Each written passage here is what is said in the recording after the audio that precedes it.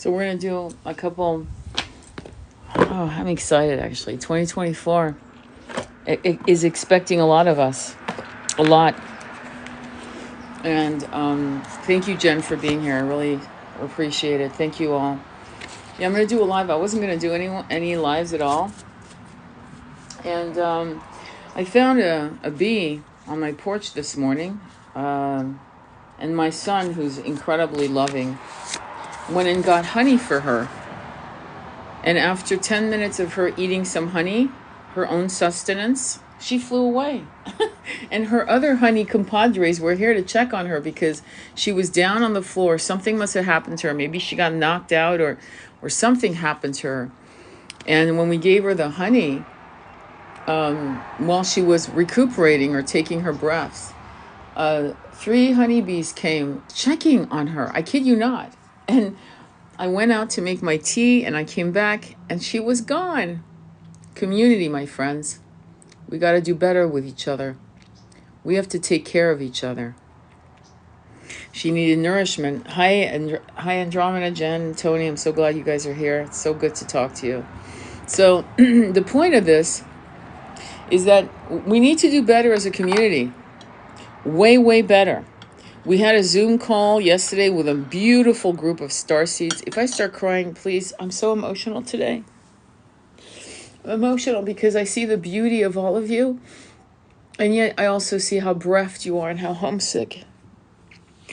And we just need to do better. That's why I gave you the bee story.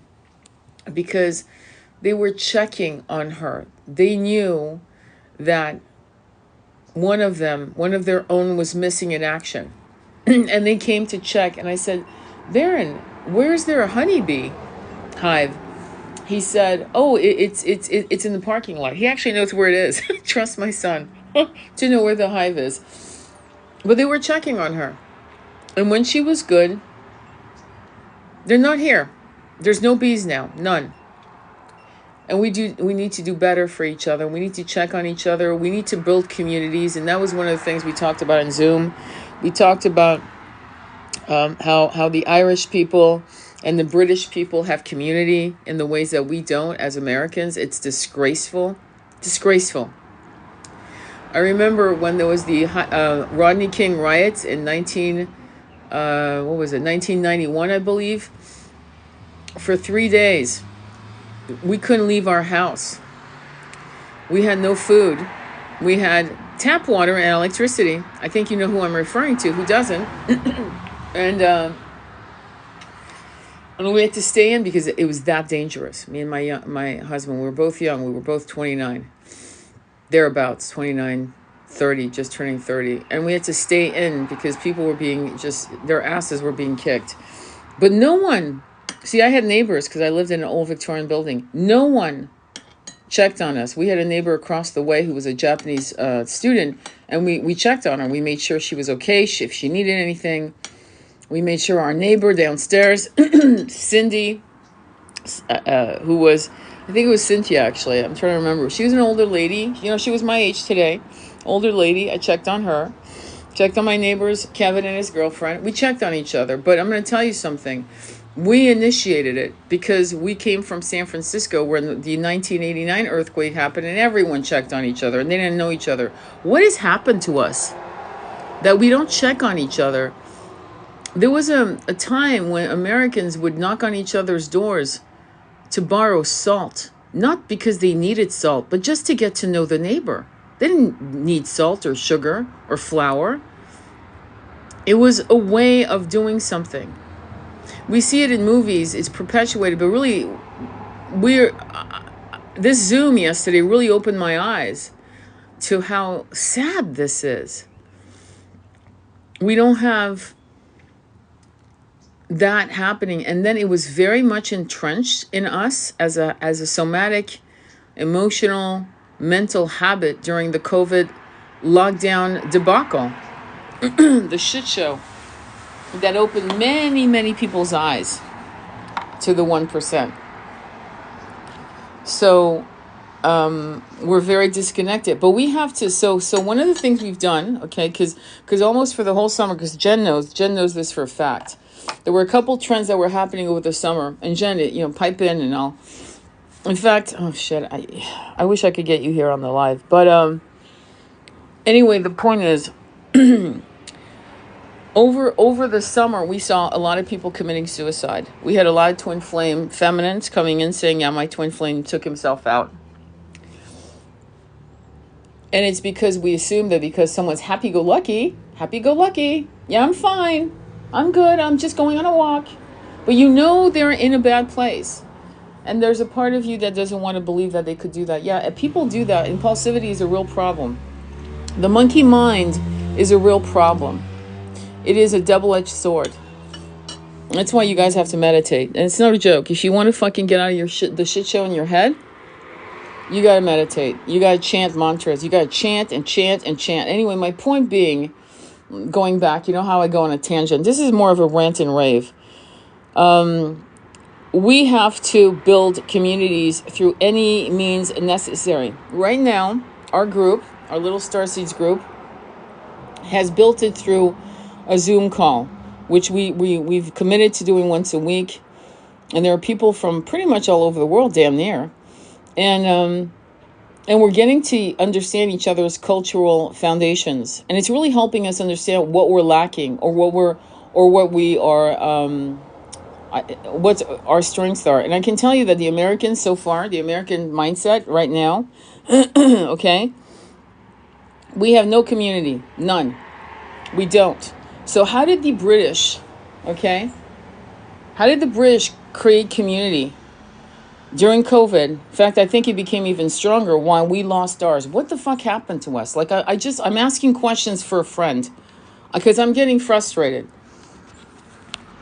That was me today. I'm here. We're very disconnected. Fear, division. Your neighbors don't do that anymore. It's sad. I feel like everything is going great and my second chakra has been unblocked. Okay, Frankie, stay with the conversation, okay? Wolves, rabbit, ants, and lions also teach us about community. Yes, they do. I love bees. They're incredible. You're feeling all of me today. I'm crying right now. I know. We got to do better. And 2024 is asking us to have urgency. We have shit to do. If there's a book in you, write it. If there's a speech you need to make, go do it. If there's a tiny home you got to build, go fucking do that. I don't give a shit. If you have a crop to plant, go do that. Get some shit done this year. And then knock on your neighbor asking for salt. See what happens. Or salt. I don't know why I keep saying salt, but there's a reason why it's salt and not sugar. Sugar is a poison, but salt was something that was very important throughout our history as a people. Okay? Salt. Ask for salt. Just I know. Like, why? I remember once asking, and it was really a need. It was toilet paper. And the neighbor actually laughed and gave me 2 rolls. And I said, I'll bring it back. And I did. And I brought her back 4. Because, when you take, you give back more. But we became, friends. Conversations ensued. Women, children, raising kids. Having questions about how to raise kids. No matter how many books you read, they don't tell you. There's no blueprint for a particular soul, a soul embodied in the child that you are now raising. Each soul is not a manual. Okay, there's no manuals for a particular soul because what may work on one and won't work on the other. So 2024 is the year of action, massive action. And massive community building. So the Zoom that we do, you're welcome to join us, but you have to join our Discord. And that's not just to arm wrestle you to it. I hate to say that, but we will not share our Zoom link on TikTok ever. I'm not joking, because there's too many trolls and things of that nature. And the Zoom call is audio only. We don't see each other, but we talk, we introduce ourselves. And as it grows, we'll stop introducing ourselves. There's also a What's Up Starseed group. And the reason why we want to raise this community to higher numbers is simply for the fact that we want to connect you guys. We have 2 people who live in England, so they can connect closer to each other. We have people who live in Canada, different parts of Canada, which, you know what I mean? Depending if we can kind of like, if people are in the Vancouver area, we can connect them. If people live in Chicago area, I've connected people in the Chicago area, believe it or not, who are meeting each other. You can't, once you breach through the veils of illusion, you can't have mundane conversation anymore. Like, it's near impossible. You can't have them. And the only conversations you can have are something that are going to feed your soul every step of the way as a starseed. You need to talk those conversations about very esoteric things. And so that's why we've created, me, Jen, and Tony, created this group to start spreading that intention. Because going back to the initial memory I had of the summer, where every other live I did, there was a suicide. Every other live. I'm not joking. It was insane. And so I thought, well, if I just talk about you guys creating groups on your own, it'll happen. It didn't happen. I don't know why it didn't happen. It just didn't happen. And then finally we decided to do a men's group, and only 3 men showed up. and then one man literally got pissed off because he wanted it to be an exclusive men's group. It's like, dude, then make your group, like, do it. But every men's group that's tried has failed. So men, I'm putting you under notice. You need to do better. Either you're going to join our co-ed group and be part of our masculine and feminine conversation and co-creation, and then you guys will eventually get to know each other, split off into your own groups that you'll do. It's your job to do it, not mine. It's your job to do it. You got to do better. You got to show up for yourselves and each other as the masculines. But for now, it's a co-ed group, because we were trying to facilitate the masculine exclusively. And it's actually not fair. If you see one of the posts I just did this morning, or I think, yeah, it actually was this morning. It was like bloody 3:00 in the morning. I posted it. It's a little rant. It's like 1 minute long. You might want to check it out. It has the same background as this. And I'm just saying, if you can't sit in secret circle with a woman, then what's wrong with you? Okay? We've been men and women in multiple incarnations throughout, timelines across other planets, the masculine and feminine incarnations, as different species on different planets and things of that nature. So it's like, when we choose certain genders, there's definitely a reason. Okay? There's something we want to experience.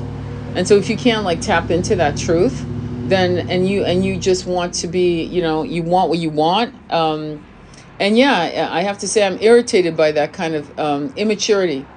This particular masculine really disappointed me. And so we broke away and decided, fuck this. We're just going to do a co-ed group. And then we're going to have certain subjects that we want to talk about. Sometimes it'll just be a random rave.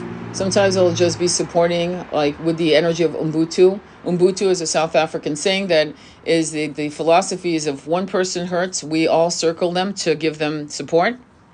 Ubuntu. And that is something, this Ubuntu concept. It's funny because David I talked about, again, I don't remember a lot of people's names, but he talked about how there's a particular African tribe that has a deep connection with starseeds and peoples from, I'm going to use the word people, but I mean sentient beings from other planets. And as I was really meditating on the concept of Ubuntu, it came to me that certain planets, that Ubuntu is part of their philosophy. The infrastructure that we currently have, this is why many of you have said, I don't want to ever come back to planet Earth, and I don't want to come back, and this and that. If you really are honest with you, planet Earth is gorgeous. It's spectacular. It's diverse. It's extraordinary. It is a sentient being. It's the people running it that are the problem. Let's just be honest, okay? If the people in the infrastructure wasn't present and we could move at will, John Lennon's Imagine, no passports, just moving at will, having the freedom to do that. We wouldn't have the violence we have, because when you oppress people in multiple little games, like no IDs and you can't get your ID. I had a friend of mine who was homeless, and for 10 months they could not help in the city he was born in, with the court there, with the court of records, whatever, I forgot what it's called. They could not help him get his ID, to get any social services, nothing. He couldn't even get on a plane. Do you understand? He had no ID. Do you understand? These little things that are done in the bureaucracy and the ugliness of the underbelly. Parents giving birth to children in hospitals, not wanting to vaccinate their kids on birth, things like that, or not wanting to have a procedure done, and children being taken away, things like that. Those types of things, when really abusive parents or foster parents are allowed to keep their kids, allowed to keep abusing children, and it's like so overt, it's insane. That kind of insanity, like none of that would happen if Ubuntu was in place in our communities. It wouldn't be, it wouldn't be allowed. People would know, And also, you have to understand, communities are built on either heart-based philosophies, or they're just plain toxic as fuck, right? And I'm not saying there wouldn't be toxic communities. I'm not going to lie to you and say, no, that would never happen. Look at what happened to the Neanderthals. They were completely decimated, destroyed, and they were a gentle people. Look at what happened to Lemurians. They were a gentle people, and they were completely annihilated before the fall of Atlantis by the Atlanteans.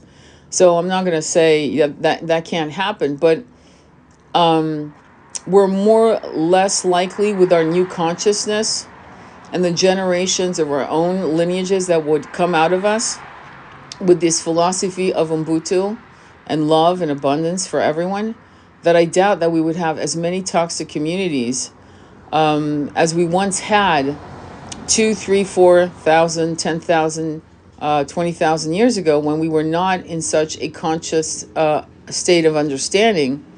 And also the traumatic memories of where we took the wrong turn, in choices based on our egoic greed, our egoic desires. So, but anyway, so I just want to make sure that men realize that they have to take the reins, because or else we women will. It's that simple. And we women that are starseeds are, in this particular, many of us are very much alpha females, very much of our masculine energy. And if it's not done, we'll do it. What men don't understand is that most of us want to be in our Shakti energy, our feminine energy. And in that philosophy of wanting to be in our Shakti energy, if the man can't step up and take the reins, and we have to be the man of the house or the man of a community, at some point, I'm being honest, we'll resent the hell out of it, because we want to be in our Shakti energy. We want the masculine to not contain us in a way that's boxed, envelop us in the beautiful embrace of protection. And we are the nurturers, and the masculine is the protection. And that lack of balance has been really forced upon us through the 2-income families and so forth that we normalized. As you well know, many of you know, in Europe, right? Many countries in Europe offer paternity leaves and maternity leaves that go on for months, sometimes years. Like, I forgot which country, but there's one country where 3 years of maternity leave. And for a man, I think it's 9 months, something like that, to bond. See, those are countries that really have and understand and protect family values. That is family values. You have to bond with your children. You have to have Sunday dinners. You have to talk at the table and about mundane things, small things. You have to go on family hikes, go on family camping trips, connect with nature and all of that. But at the end of the day, when men decide to form sacred circles, which, by the way, they were doing during the 90s, I'll never forget that, when I believe his name was Robert Bly, if I have the name right, Robert Bly, B-L-Y, who wrote the book Iron John. Iron John was like a fucking revolution for men. And there were massive circles forming and camping trips with men, where they were sobbing and talking and sharing stories. And then I don't know what the fuck happened, but suddenly, boom, it disappeared. I don't know what happened. It's really bizarre. And we can go get 9 months maternity leave and 2 weeks paternity leave. In the UK, we are behind too. Yeah, but at least you're getting it. They don't even give any. 9 months? Girl, try 6 weeks, okay? 6 weeks you give. And somebody, and I wish I could give credit, there was an original person who said this statement: we give more time with puppies with their dogs, their mother dogs, their female dogs. I don't want to use the B word. More time with them so the puppies can wean than with a mother with her baby. And it's incredible. Does that make sense? So, not to put anyone on the spot, but men don't try. There are men who actually want to. My son is one of those men. My son is actually one of these men who wants, and I know for a fact that, and I will put you on the spot, Tony, because I hear you are doing it. Tony is one of these men doing it and waiting and bereft to have spiritual conversation. There are a lot of men who want it. In fact, most of my 30% of my clients are men, and they want it. They want it. They just can't seem to get anyone to return their bloody calls. And so what we are doing this circle for is so that 30% of them will be men, 70% women, and as the circle enlarges, it'll go from 3 men to 4 men to 10 men, and boom, at that point, I'm going to put my foot down and go, you guys need to form your own circle. Like, we will continue doing the co-ed, because of course we need it, but now you need to break away and do your own circles and commit to once a week, 1 hour conversation instead of watching TV and just kicking rocks. And that's going to be very much part of the plan. But right now, to be fair, I think we have, I don't know, 4 men in the group right now, 4, and that's it. So, which is fine. And I think, yeah, thank you. You are not connected to the correct men. Exactly, that's my point. 6 weeks is appalling and inhumane. Well, but it's true. You'd be surprised. And by the way, only a few states offer it. And you know where you have to do it? Andromeda Flame. The 6 weeks is called unemployment. Now get this. Guess how much people get on unemployment in California? Get this. At the minimum, you'll get $100 a week. Okay, no one can live on that. When I was unemployed during COVID, because I lost my last job, I made a pact with myself. I will never work for anybody ever again. And I remember getting the unemployment check and I think it was like, I'm not joking, my friend was 111, mine was 100, something like that. And you don't get more than $800 a month, okay, for the average salary in America. So when a woman goes into maternity leave for 6 weeks in California, she's going to get $800. Do you really think she can afford it? Especially if she's a single mom or a 2-income family, and both of them together are making $50,000 or $65,000 a year, with the average rent being $2,100 a month. You kind of break it down, man. It's disgraceful what's been accepted. There should have never been a need for a 2-income family. There should have never been an allowed need, and we allowed it. And that is something that has to change immediately. We can't do this anymore. You know, it's not fair. It's not fair to our children. Our children don't even see us. I know of women, and this started when I was a kid in the 70s. I knew of a woman who was working 3 jobs to live in New York City to put her daughter through school. Her kid was, her kid was underage, meeting grown men 3 times her age, okay? So her mommy was nowhere to be seen, because mommy was working as a cocktail waitress, as a secretary, and she had a 3rd job. I forgot what the hell it was. And I remember, and this was in the 70s. 3 jobs to keep them off the streets. And this is common. When you have people working to that level of survival, they can't become spiritual and self-realized. That's what I mean by Ubuntu. It means that at some point, those who have more give to those who have nothing. Where we would recognize a woman in that state and figuring out how to get her grants or whatever, helping her. You know, I mean, grants where, you know, maybe she needs to, what an idea, have one job. I remember a lot of people I knew, in particular, one girl I knew, she was a legal secretary, right? And to get insurance, she worked at Starbucks. To get healthcare, what the fuck? Okay, so she did it for healthcare. So this has been the system that we've been under. So 2024 is a year of massive change and demands. Oh my God, I just said this to Tony. Is the circle through Discord? Yes, and from Discord we send the Zoom link, And as a matter, and then we have a star. See, once you get into our first Zoom link, we'll get your phone number. We'll put you on our WhatsApp. Jennifer will put you on the WhatsApp group, and then from there, you'll get your links directly through that service. But we'll always post it on Discord so people know. Okay? Oh my God, yeah. Okay? So that's how it works. Okay? Honestly, this is not okay on any level. Then the medical bills for childbirth in the UK. Then the medical. I didn't know you guys had medical bills. I remember my mom had pneumonia in the 70s. Okay, she had pneumonia in Paris, and then we moved to England, London, as a matter of fact.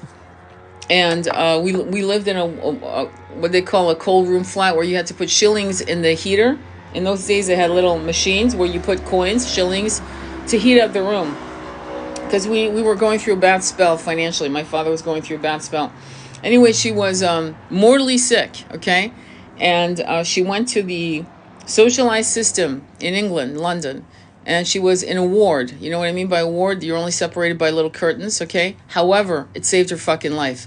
Had she been here, she would have died. I'm not joking, because there was no medical anything. I remember my father having a heart attack in 1984. And he had this old timer, right? He had this thing about carrying cash in his briefcase. He always had $10,000. I'm not joking. And for some reason, my mom, as he was having a heart attack, she grabbed the briefcase for his IDs, all this stuff. They would not admit him, okay? I don't care what people, there's, they have a right, they have no right to refuse you. Yes, they did, because they would not accept him until she pulled out the cash. Then, boom, he was admitted. Okay? So, and that was in 1984. Okay? So I don't want to hear it about, oh no, everyone gets service. No, they don't. No, they don't. So what I want to tell you is that knowing all of this and knowing how unhappy we are under the system, we have to get going and change it, okay? The concept of lobbyists should be outlawed. It is a moral injustice to the people. It's just morally wrong. It's corrupt, and it can't continue. So there's a lot of things we need to do. And for some of you, it could be as simple as chop wood, carry water, to realign yourself, to downgrade your needs, to buy some land. Buy some land in a place that's cheaper for you, and get yourself a yurt or a tiny home. Just get a tiny home, and you've got all the licenses. It's all legal and this and that. And then inviting family members that you really love, or people that you connect with on a spiritual level, that you really trust. You feel it in your bones that they're part of your tribe family. And you can go, look, I've got like 5 acres of land, and I want to share some space, and the rental will be, and you split your mortgage into 4 plots in your head, and you go, the mortgage will be $500 for you. In other words, your mortgage might be $1,200 a month, and then you split it up with 3 families, and there goes your mortgage, and it's reachable for them, okay? You're growing crops and showing up at the farmer's market and living a very uncorrupted life. You've got electricity or solar powered or whatever, depending on where you live. You might want to have both, and you go from there. But this year is a year of getting radically honest with yourself as to what you want, how you want your life, because living in your bedroom or living in your apartment and feeling bereft and saying, well, I can't move because of X, Y, and Z. Yes, you can move. Just bloody move. Bloody move. Many of you have portable jobs. And if your job makes you miserable, then find one. And if you ever want me to talk to you about that and what I've experienced and how I changed my life radically, I can share. Believe me, I'm not rolling in gold, okay? But at least today, I don't have to commute anywhere. I'm not beholden to anyone. And I can rest today because I want to. But it took radical moves that many people would have thought was scary, and seeing signs from the universe as blessings, not punishments, so that's going to be important. And many of you are so you guys can actually go into the life of healing and facilitating different healing circles.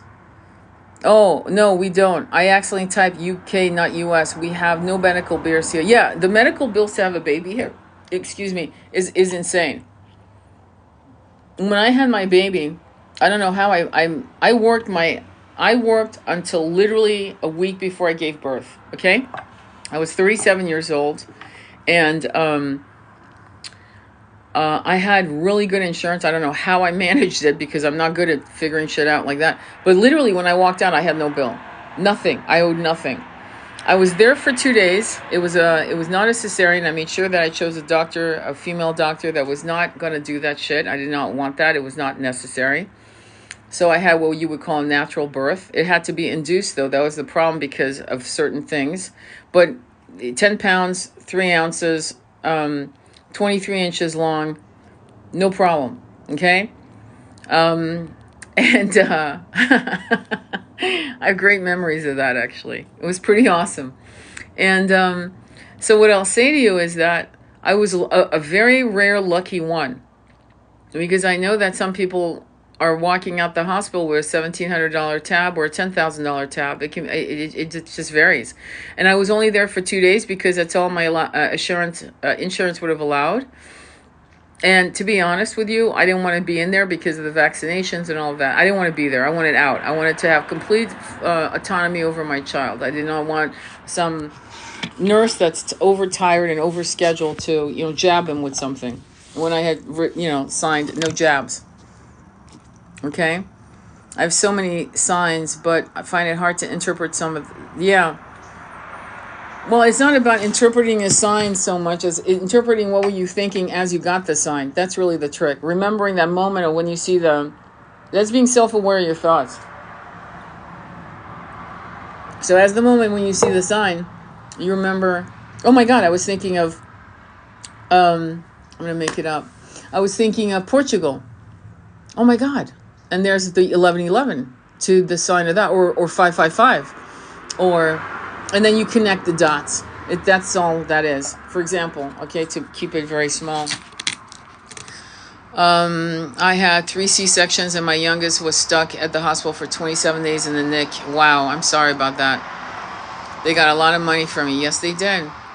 And if they don't get the money from you, right? If you don't pay, what happens? It goes into a debt collection that goes into your FICO score. And there you go. You can't rent, you can't buy, you can't refi your mortgage because now your FICO score has gone down from, I'm just going to use an average FICO, from 750 to maybe 560 in one fell swoop. And to get it back to 700 is going to take years. Now, just so you know, I hope you guys know this, right? In Europe, in the UK, as long as you have between 10 to 30%. Some countries have more of requirements. And you can show that you have money, that you have the down deposit, which is 10 or 20 or 30%. And you can show that you earn money. And you have earned money consistently. And there's the house you want. And you have the 10, 20, or 30%, depending on which country you're in, right? When you're financing that. It's a yes. There's no questions. It's a fucking yes.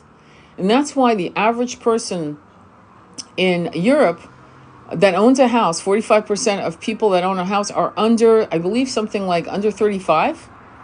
It's not unusual to see young people in their 20s owning their own property. It's a norm. Whereas here, we have young people living with their parents, which, by the way, was happening in the 80s. So it's not like it's new, believe me. But it's still happening is the problem. That's the problem. So 2024 is the year of reckoning. It's the year of capitulation in the last... you need to go back to 2020. Look at your life. Look at what's happened. Look at how you've evolved as a spirit soul. Look at what you want. And then go get it. You don't have time. You don't, because your life and the quality of life, and not to mention, then you will be put in union with your mission. Yeah, you thought I was going to say twin. No, your mission. You will be put in union with your mission to move forward in your life, to then eventually, if it is so for you, to be in union with your twin. But first comes the mission. And the mission can't happen if you're harassed by bills. If bills harass you, right? You can't think straight. You can't take a breath. You can't read a book and then sit one day in your sun and lit porch or garden or whatever and digest it and meditate and pray to God for divine downloads and signs. You can't do any of that if you're working 2-3 jobs. If it takes a 2-income family to make it happen, if you bought a house because of the 2-income family, and if one of you divorces or dies, God forbid, you're fucked. How in the hell did we actually say yes to that contract with the universe and the planet and this system? That's insanity. It's not healthy. You don't deserve that. You don't. That's why people are moving. You've got retirees moving to Costa Rica, for Christ's sake. 6 million people, 1 million of them are Europeans and Americans. Can you imagine? They had to move to have a quality of life that was humane. Okay, and there's medical care. I don't know where we got this arrogance that only the best medical professionals are in America. No, they're not, because in France there's a protocol of homeopathic medicine. Okay, they're taught those two things. In other words, it's called preventive care. And the pharmaceutical companies are not not advertising. That should be outlawed. You know, the outlawed tobacco advertising, they should outlaw farm advertising. They should not be advertised. You should not see a sign on your TV set or in your magazines. Good Housekeeping has all these pages of farm ads. What are you kidding me? For what? Instead of seed ads and herb tea ads, healing ads, homeopathic ads. But no, FDA has the homeopathic companies under the gun. That's not okay. Not okay. In France, just so you know, there's a protocol of using herbs, homeopathic medicine. If you have a liver problem, kidney problem, any problem is first looked at with homeopathic medicine or herbal medicine. And if that doesn't work, they don't fuck around. It's a socialized they do not fuck around. I remember reading an article of a woman who had breast cancer.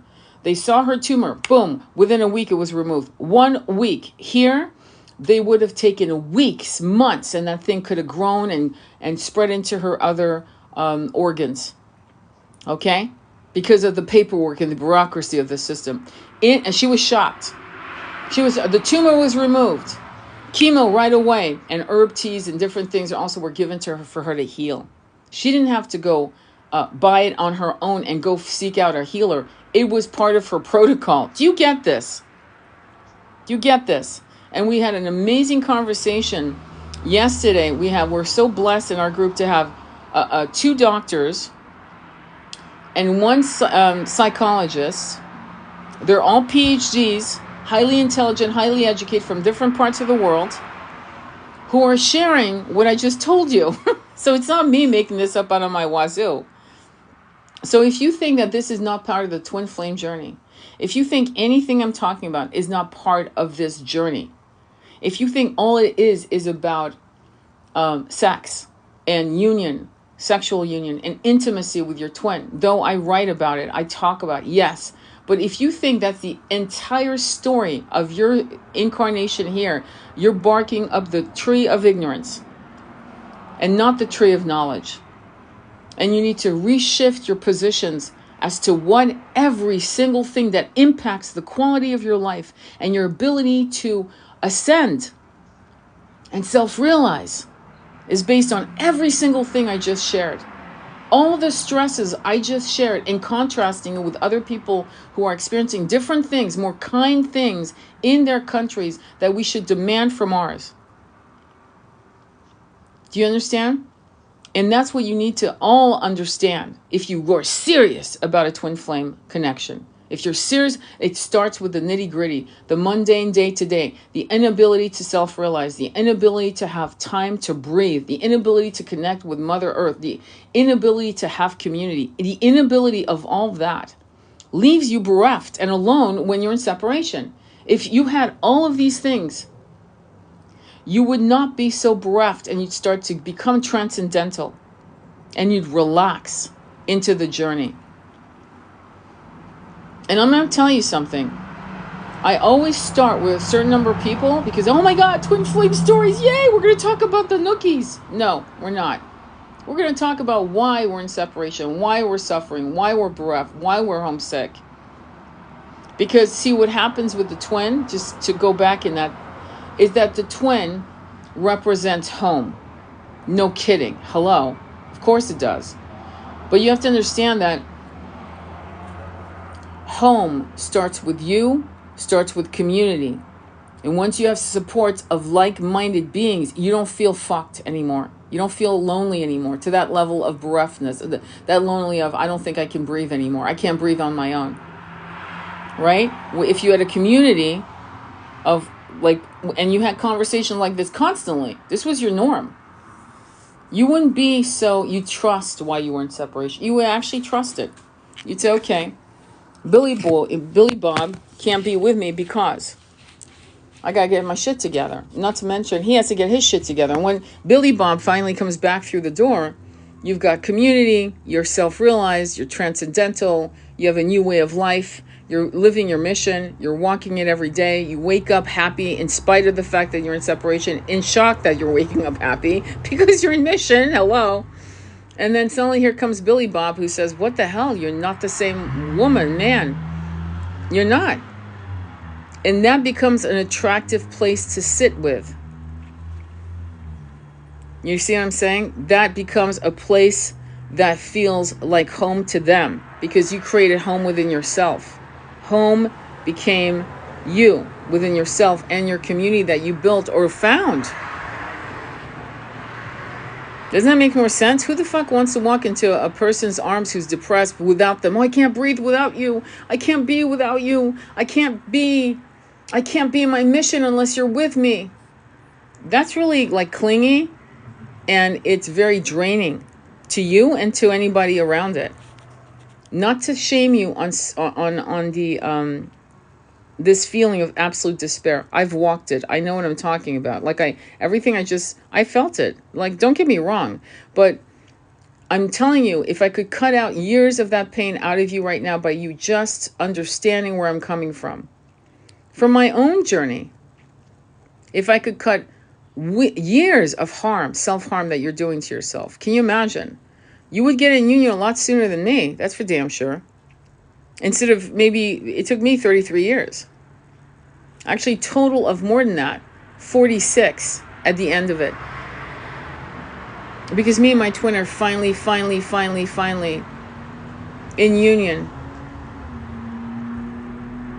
And there's a lot more to be done. As I always say, because we're not twin rays, we're twin flames. So I think that I don't want to offend any masculines. If I said anything that hurt you, I need to be tough with you sometimes. You need a good kick in the, wazoo. Because you need to get off your butts and go find your community of men. Okay? And you need to just make an effort. And I'm more than happy to hold sacred circle space for the masculines out there. Absolutely. Because you can't bullshit me. I don't know why, but I've been raised by all alpha males, meaning my brother, my father, my twin, my husband. I've been around alpha males my entire life. I prefer alpha males, to be honest, okay? However,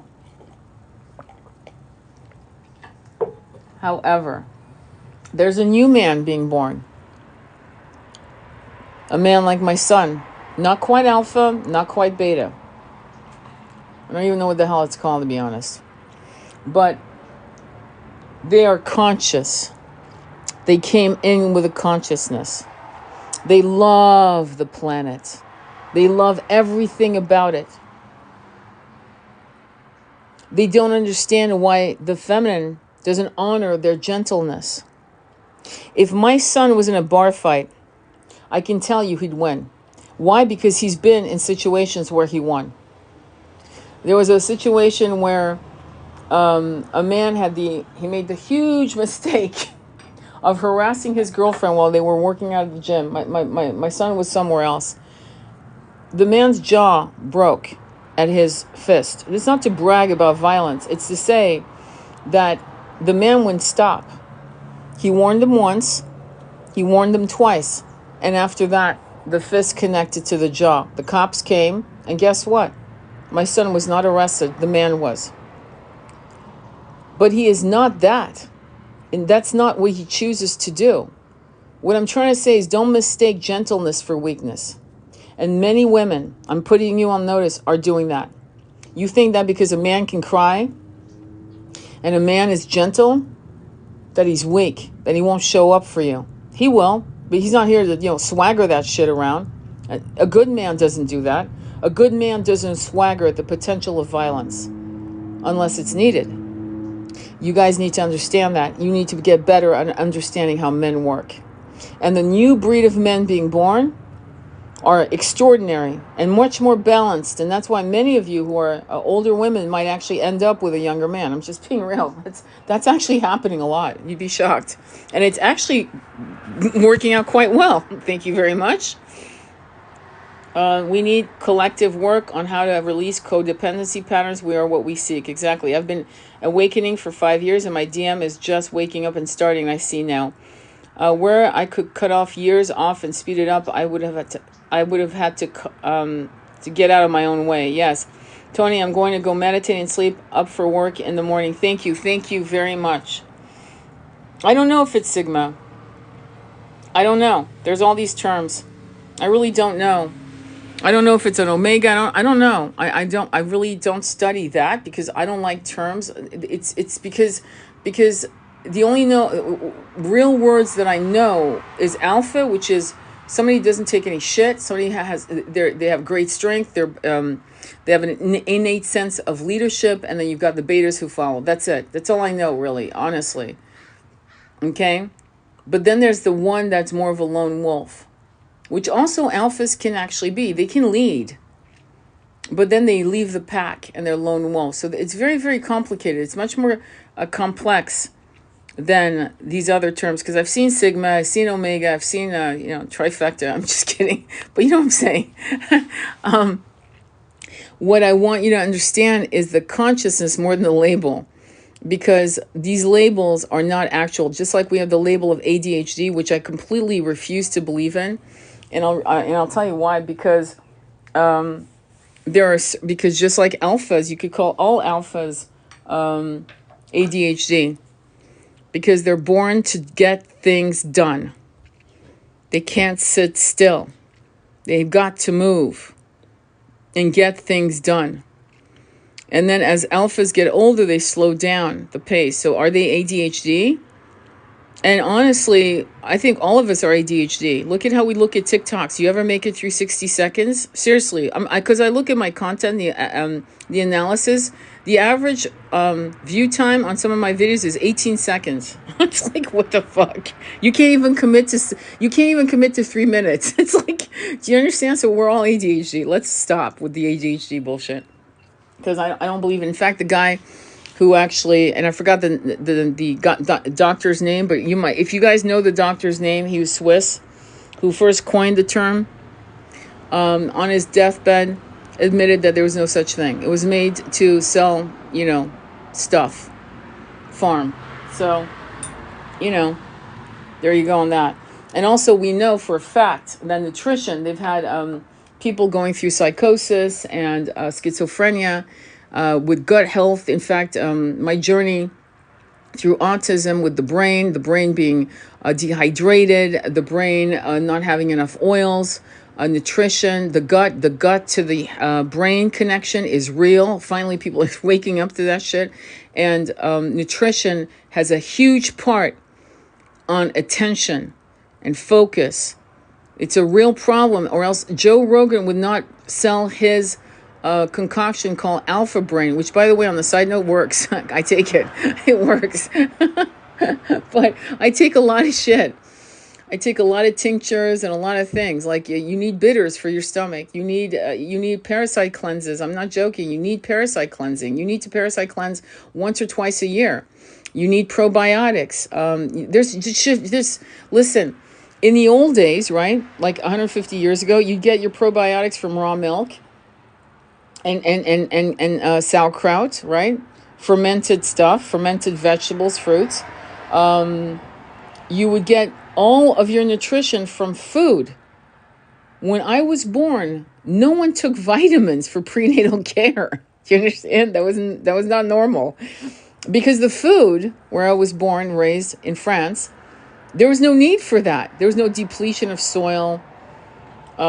Shit was organic because no one thought of doing pesticide when you could just put daffodils and, oh, bloody hell, I forgot some of the, nasturtium.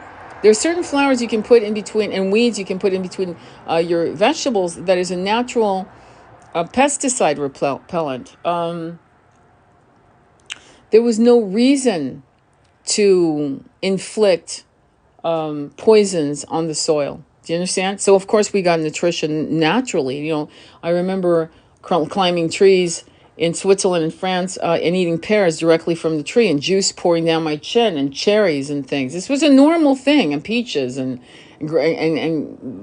wild blackberry bushes growing all over the south of France. And I remember making my favorite thing to make when I was like 8, 9 years old is apple and blackberry tarts, you know, and things of that. That was my thing. That's what I did when I was a kid, running around wild.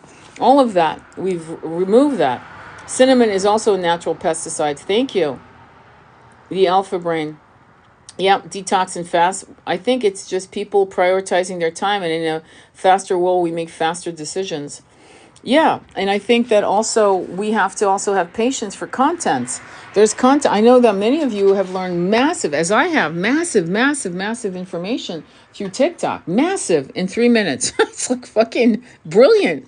The journalism and the editorial, like, content of boots on the ground people like you and me is extraordinary. So yesterday, we did this incredible guided meditation on breaking our soul contract with planet Earth and Source, God Energy, and rewriting the contract. And I invite you to do it. There's no, there's no deadline. There's no expiration date. When you do it, you do it. It's on my YouTube channel, and you can follow some of the lives, and you'll see. I would suggest you go look at it, because the more of you know about this, the better. Okay, so listen. Now, Jen, are you still here? Because I know I went on and on and on. Because if you're still here, Jen and Rachel, if you're still here, I want to go ahead and do a whatchamacallit, oracle reading for the new year. I wasn't expecting to do anything today, and then I was expected, I don't know. I just needed to talk about how we are on a race this year. We have a lot to do. So the first oracle card that I want to do is through the oracle deck called Blue Angel Oracle by Tony Carmen Salerno. Okay? Hang on. Tony, are you here also? All right. Does anybody... Okay, I guess you'll come back. So, Canary, I'm glad you're here. Canary is one of our people that's on the Starseed group. So, if you want to join, you need to go on Discord. Oh, thank you, love. I don't want to do it without you. All right. So, to get on our group, you've got to join Discord. You don't have to do it permanently. It's just for you to get the first initial Zoom link. Once you're on the Zoom call, you'll go. There's no cost to you, by the way. Just so you know, okay. We do this because we all need it. I need it. You need it. But okay, so this is from the Blue Angel Oracle deck. Angel Michael is part of this. Okay, so let me read the back of this incredible book. I just never read this until today, so let me read it to you. The universe is inside you, for you are the luminous essence from which all stems. Let us give thanks for this eternal blessings and great mystery. Wow. Amen. Oh. All right. So I want to give your angels, guides, and allies permission to guide you.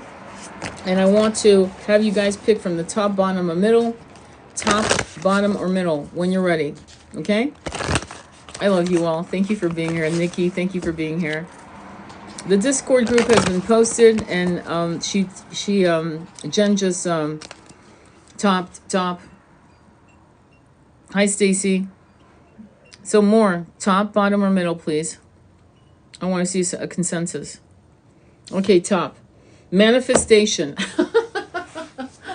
I always laugh. I'm sorry. So manifestation shows this golden mountain in the beautiful woods. It's number 15. 15 is the magician in Kabbalah numerology. And it's 1 + 5 is 6, which is the lovers in tarot, which means you've got to make a choice. What do you want to manifest? So let me read this to you. And then we'll go into a second oracle deck, which is from my favorite oracle writer of the entire world. I swear to God, she's my favorite person on the planet. It's Alana Fairchild. But we'll do this first. Okay, let me read this to you. So 15, manifestation, wealth. This card signifies a deep desire for wealth and abundance on all levels, including spiritual and material wealth. Doors previously closed now open as do fresh opportunities. You are building solid foundations for future creations and expansions in all areas of your life. Stay focused on your goals, being mindful of all around you, and more importantly, be mindful of the guidance that arises from within. Let your inner wisdom and light be your guide. This is from the Upanishad, okay, which is a beautiful Vedic text. You are what your deep driving desire is. As your desire is, so is your will. As your will is, so is your deed. As your deed is, so is your destiny. Did you get that? It's incredible. You are what your deep driving desire is. As your desire is, so is your will. As your will is, so is your deed. As your deed is, so is your destiny. Wow. I'm like, wow. So I wish I had better words than wow, but there you go. Okay. The next one is from the Lightworker Oracle Fierce Love 1111 edition. It's a very diverse deck. I love that she's conscious of that, to have diversity in her deck. And then I'm going to go ahead, and this is Alana Fairchild. Okay. Wow is right. I got it. Okay. And then I want you to pick from the top, bottom, or middle. Okay. Thank you, TF Journey. And when you're ready, top, bottom, or middle.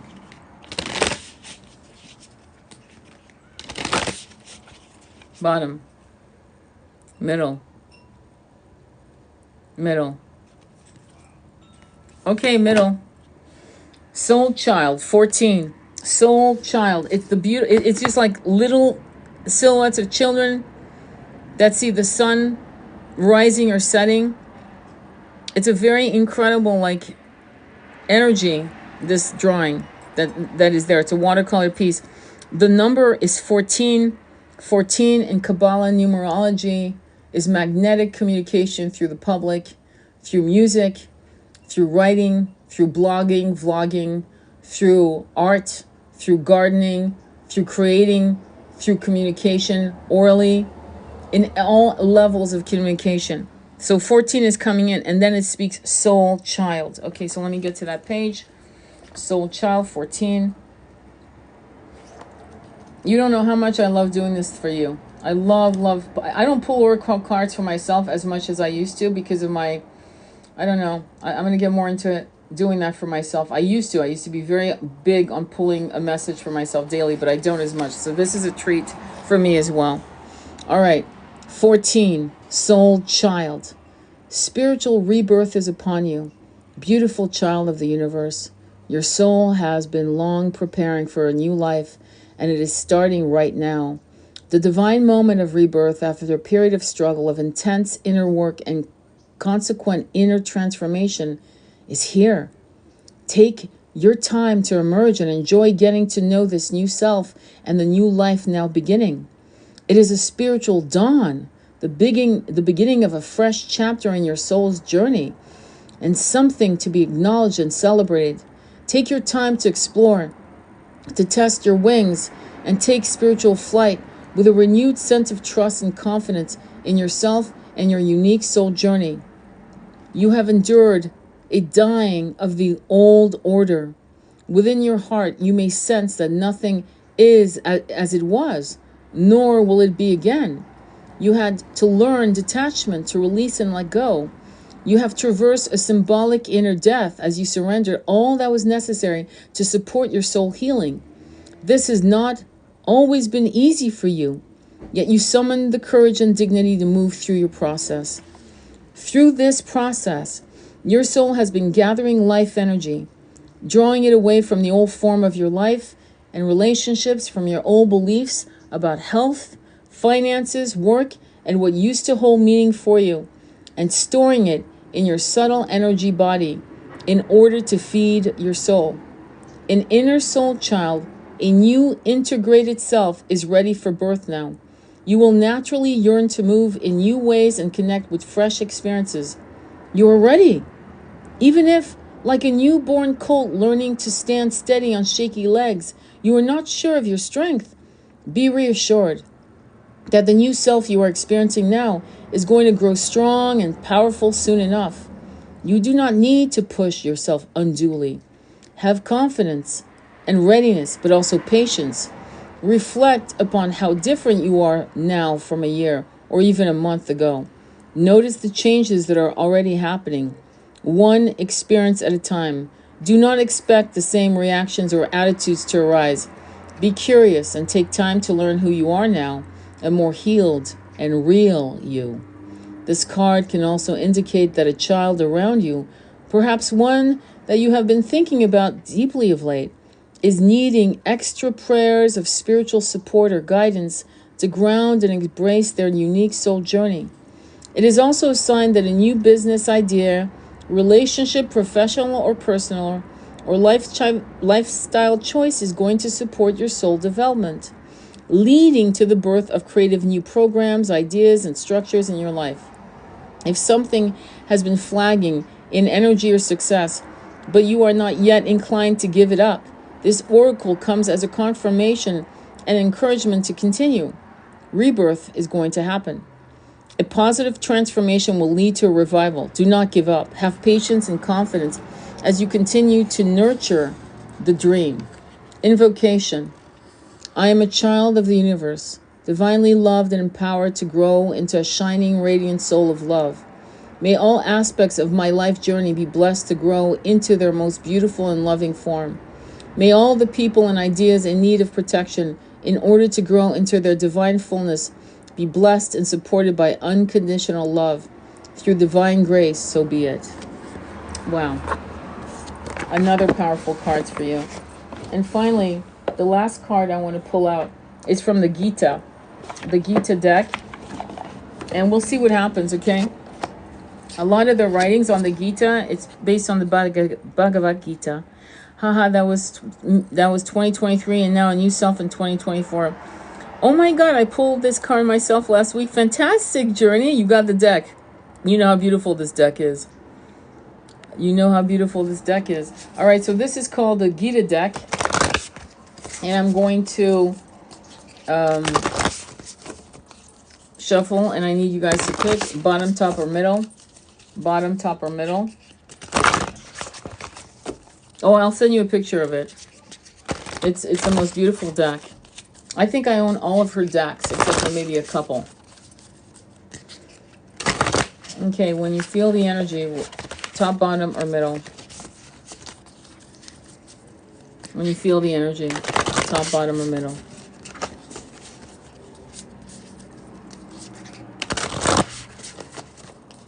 Middle, middle, bottom. Top, bottom, or middle, please.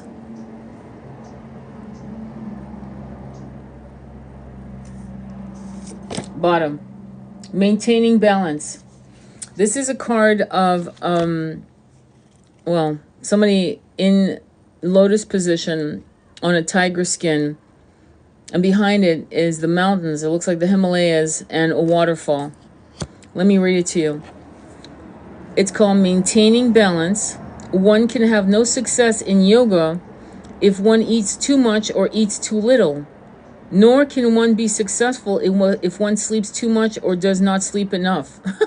It's very simple stuff, my friends. So maintaining balance. So if you're eating too much or eating too little, and nor can one be successful if one sleeps too much or does not sleep enough. Well, I guess we needed that message because God knows some of you aren't sleeping at all. I can think of a few people that need to really honor the sleep. That was the decks for today, I believe. I keep wanting to reach for another deck. The same deck, actually, Blue Angel Oracle. And I'm just going to shuffle and see. Do you guys want to pick or should I pick? Because I'm being drawn to that. So there's a message there. I just keep looking back at the Blue Angel Oracle, which is how we started this Oracle reading. So apparently there's something else, or else I wouldn't be drawn to it. I pick. Okay, so I'm just going to shuffle and see what actually falls out. Okay, hang on. What do they need to know? What do they need to know? What do they need to know? What do they need to know? Okay. All right. 2, protection. And wow, 3. Okay. I'm going to go with it. Screw it. I trust this. 1 was protection. 28. 28 is 10, which is the Wheel of Fortune in tarot. 45, Lapis Excelsius. 45 is 9, the powerful number of God's frequency. Look up on YouTube, why is 9 a power number? And 31, Ancient of Days. And 31 represents recluse, hermiting. It also represents 4, which is taking on karma. It's the number of the volunteer, the volunteers that came in. So let me try, let me start with 28, protection, and see what message is there for you. Yeah, I knew there was, and it's 3. Isn't that funny? 3 cards fell out, so we're just going to go with it. Because it's short. It's not a big deal. All right, let's begin. 28, beyond the storm, protection. Storms will come and go. Every dark cloud will be clear. Beyond every storm, there's a clear sky. The sun will shine once more, so look beyond the current situation. There's nothing to fear, for I, Archangel Michael, will protect you and keep you from harm. You cannot avoid the current situation, so let it come and go. There's nothing you have done to create it. Sometimes storms just appear. They are part of nature, of human nature also. There's light within darkness. Look beyond the storm. There's already a clear sky in the distance. The sun shines even when we cannot see it. Trust that all is unfolding as it should. Within each moment there is love. Though it may not be obvious, love is always present. Okay, I'm going to 45 now. That was protection. So just know, right, that beyond the clouds, you've seen clouds where there's this beautiful gray tinge that's lilac and mauve, and there's like the sunset, right, or the sun glimmering. There's such beauty, right? Have you ever, when you're on a plane and you see a storm gathering, it's pretty amazing, right, to watch. Even in the storm, there's beauty. Even in the loss of someone. Even when someone's dying and you're holding their hand and you're so lucky to be there to walk beside them, right? And you're helping them die with more grace, more fearlessness, right? Even though there's a storm gathering, right? There's still beauty in that moment. All right, Lapis Excelsius, perspective. A positive transformation is taking place within you through a union of complementary opposites. Everything in his life has its counterpart, and both can only exist together. In essence, like 2 sides of a coin, there are one. As you start to see and embrace both sides, you will find that an obstacle you have struggled with for a very long time is not insurmountable. It is a mountain of opportunity with a golden river flowing through it. As perceptions change, reality changes, and we can see the flowing tides of creative energy that is life. I'm going to repeat it again. As perceptions change, reality changes, and we can see the flowing tides of creative energy that is life. Beautiful ideas float through the universe in pathway of light, waiting for the perfect moment to be born. Perception is everything. If you feel like you will never be in union, if you feel like you will always be alone, if you feel that that's your samskara, your programming, that you will always be alone, then you have just manifested that reality. If you say to yourself, I will be surrounded by community, by love and my most beloved eternal consort, then that will be your reality. It may not happen, it may not fall on your lap today, but the intention of that, remember the last card, basically what you seek is seeking you. That's not a joke. So if you decide that you're like a little girl, little boy that's all excited for a toy for Christmas, and then you're realizing as a little kid, because you don't want to be disappointed, you go, oh, mommy and daddy won't buy me that. They just won't. So you start like literally backpedaling the idea of being excited and joyous over the gift. And you decide, well, no, it can't happen. So I'm just going to prepare myself to be disappointed so that I'm not disappointed. Who fucking does that? A lot of people do that. A lot.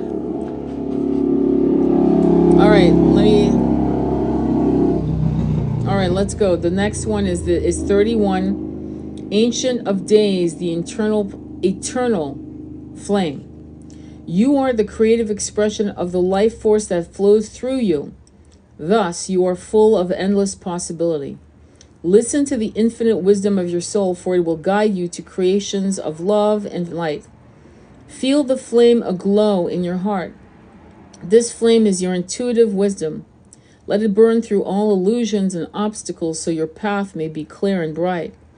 Observe your breath. It will lead you to the golden temple deep inside. Enter the majestic glory that is authentically you. Feel yourself reborn with each new breath as you connect with the timeless love and potential you hold. Go forth and live your potential. All is possible for you now. It is no small matter, this round and delicious globe moving so exactly in its orbit forever and ever without one jolt or the untruth of a single second. I do not think it was made in 6 days, nor in 10,000 years, nor 10 billions of years. Walt Whitman. I love and embrace the entirety of who I am. All serves a divine purpose, and all is a blessing. I am love, and I see clearly that all is love. Beyond judgment, there is wholeness. Wow. Great deck. It's coming. It's coming. So, any shares, any downloads, what are you feeling for this year? Do you want to share that? A little bit of it? I mean, not all of it, obviously, but do you want to share what you are looking to co-create with the universe this year? Do you have any doubts of what you are to experience this year that is better than you've ever thought possible?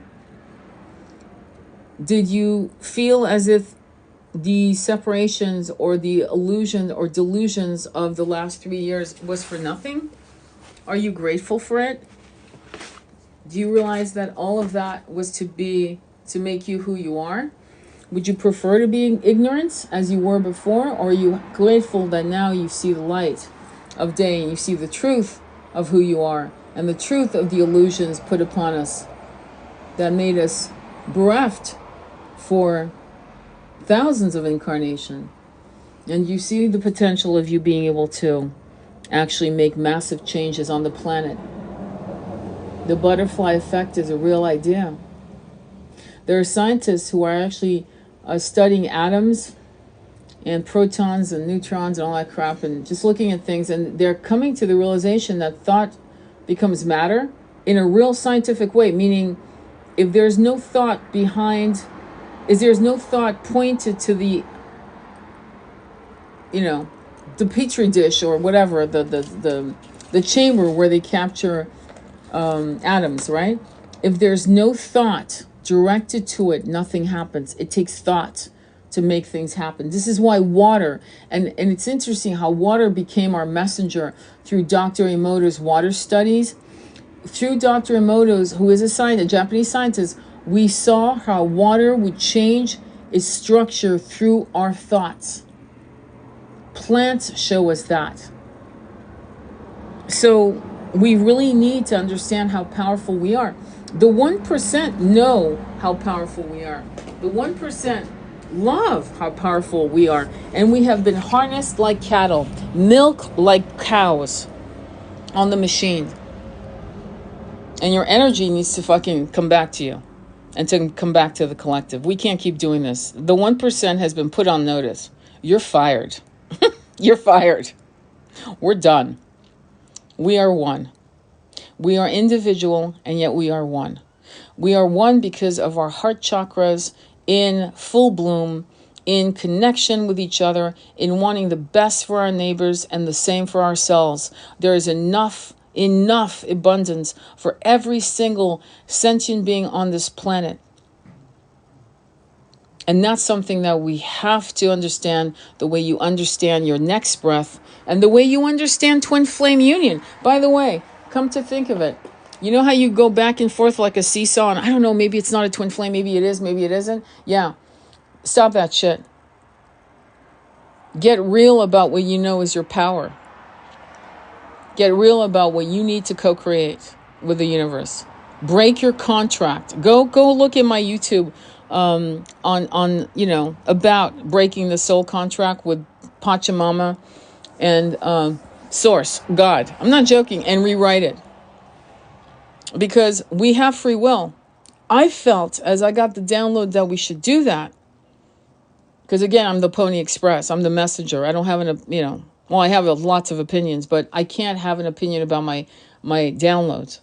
And this download that came to me was almost like applauding, going, yes, we've been waiting for you to stop accepting this, not on just this planet, but on other planets.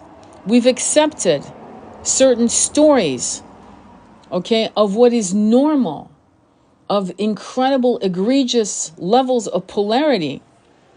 When you have 1%, that's an egregious imbalance of polarity. Do you understand? And it goes down the road of famine, genocide, wars, and pestilence, and so on. By the way, created purposely, obviously.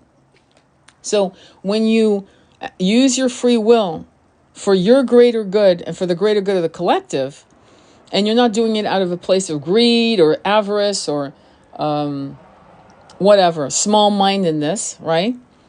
Then you are now part of the solution and not part of the problem. If you sit in your cynicism, no offense, you're part of the problem. Does that make sense? This is Lori. I know that I'm on my mission. Last year was a year of true discovery and finding. Thank you, Lori, for sharing yourself. I'm grateful for everything right now. Good. I'm very grateful. I am too. I'd love to manifest content creation at a spiritual retreat in Costa Rica. I have a shaman who's amazing. His name's Bruno. He's amazing. And I would love for us to do that too. I'm opening more and more to be able to help. Good, Kim. Good. That's really, really good. Really, really big. Blessings. Thank you, Lex. So, any other shares? Any questions? Thank you, Kitty, for sharing the live. Really appreciate that. It's very kind. Any other questions? Anything at all? Honestly, oh yes, I have one more deck. Oh my God, I just saw it. Okay, this deck, I actually reviewed it. If you want to look at the review of this deck, it's on my not a YouTube page. It's on my my website, and I reviews Mystical Shaman Oracle. So I'm gonna go ahead and pull a card from that as well. I think that's important. Okay, I love that we're doing this because it makes me. I love doing this. This is like I love playing with Oracle decks. It makes me so happy. When my husband died, for almost 3 weeks, I would use the Starseed Oracle deck every day. I would pull out 3 cards a day, and I was journaling his journey out of his body into the realms and finally how he got home, if you know what I'm saying. So I do use Oracle decks for a lot of things. All right, so same thing, we're going to do the same thing we've been doing. which is pick, oh my God, 555, change, massive change. 15, the magician, manifest. Again, we're getting, thank you, Jen. So pick from the top, bottom, or middle. Top, bottom, or middle, and let's do it. Let's see what the final, this is going to be our final message, I promise. I mean, I could do this all day long, but then it loses its potency, doesn't it? Top. Okay, I've stopped shuffling. Top, bottom, or middle? Bottom. Top. Middle. Bloody hell. Top, middle. Hang on. Un, deux, trois. And, okay, so I'm going to go middle. The moon, 37, 10. Okay, that's interesting. Okay, let's look. I've never pulled this card. This is my personal deck. So, this is interesting. The moon. Let's see what's up with that. And I know some of you are totally moon goddesses, moon followers, as I am, as my son is. He's always taking photos of the moon. Jen's always taking photos of the moon. Okay, let's go. The essence. Every 28 days, the moon manifests a steady progression from darkness to light and then back again. This phenomenon in our skies has a powerful impact on our human psyche. It offers us the certainty that after periods of emptiness and darkness, there is light waiting so we can be reborn in a new phase. This calls to mind a native African prayer to the moon. May our lives be renewed as yours is. Wow. The moon also has a strong influence on the ebb and flow of waters on the earth. This same power in turn affects human feelings and emotions and mirrors their rising from or hiding back into the unconscious. The invitation. The moon spends equal time in the dark as it does in the light of the sun, and now it comes to remind you of this balance. Have you been too focused on outer achievements, production, or social engagement? Or have you spent too much time hidden from the outer world, not wanting to interact or show your face? Meditate on the significance of the moon cycle and let it gently guide you out of your bottomless depth. Head back to the world of outer expression and connection with others. Let it help you make time for yourself, your feelings, and your essential human and spiritual needs. The medicine. The card calls you to go on a journey of renewal, just like the moon does every month, so you can get unstuck, whether from a specific situation or life in general. For this, you need to make time to be with yourself without the distractions of modern society and have the courage to look at the unwanted or unembraced parts of your being until you arrive at a place of resolution. Shamanic lore explains that the finest treasures of humanity are hidden where people are most afraid to go. I am going to repeat this line. Shamanic lore explains that the finest treasures of humanity are hidden where people are most afraid to go. Did you get that? The finest treasures of humanity are hidden where people are most afraid to go. That's extraordinary. That's a sad yet extraordinary truth. Hidden where most people are most afraid to go, the finest treasures. You should sit with that one. Here, write it down. Write it down. Pull out your pens. Shamanic lore explains that the finest treasures of humanity are hidden where people are most afraid to go. It's the perfect card because many of you don't realize that the boogeyman, whatever it was, and a lot of people bring up Monsters Inc. as an example, it's an illusion. It's an illusion. Are there dark, malevolent spirits on the other side that want us harm, that don't want us to ascend? Fuck yeah, absolutely. Is you going into the darkest caverns of your own fears unsafe? Actually, no. No, it's not unsafe because all you have to do is give your angel like Archangel Michael, Metatron, Raphael, Gabriel, Uriel, other angels, whatever angels. There's so many angels, Zachiel, so many angels that you can call on that resonate for you. And you walk and then you sit with your darkness, and you rock through it, and you come out crystalline, pure, reborn. That's why some of us had to do bufo, which is a frog medicine. That's why some of us had to do ayahuasca. You don't all have to do this to get to that place. In fact, some of you don't have to do that at all. At all. All you have to do is find the courage to get it done. Some of us forgot where the fucking door was to opening that place. You know, that basement, or to, where was it? Where is the cave in the forest? I can't find the cave of my own darkness. I don't know where it is. So some of us had to do plant medicine to get there and go, holy fuck. Okay. Hang on, let me read some of your comments. I have a major hermiting issue that I need to change in support of our ascension. It's difficult. Yes. It is difficult because many of us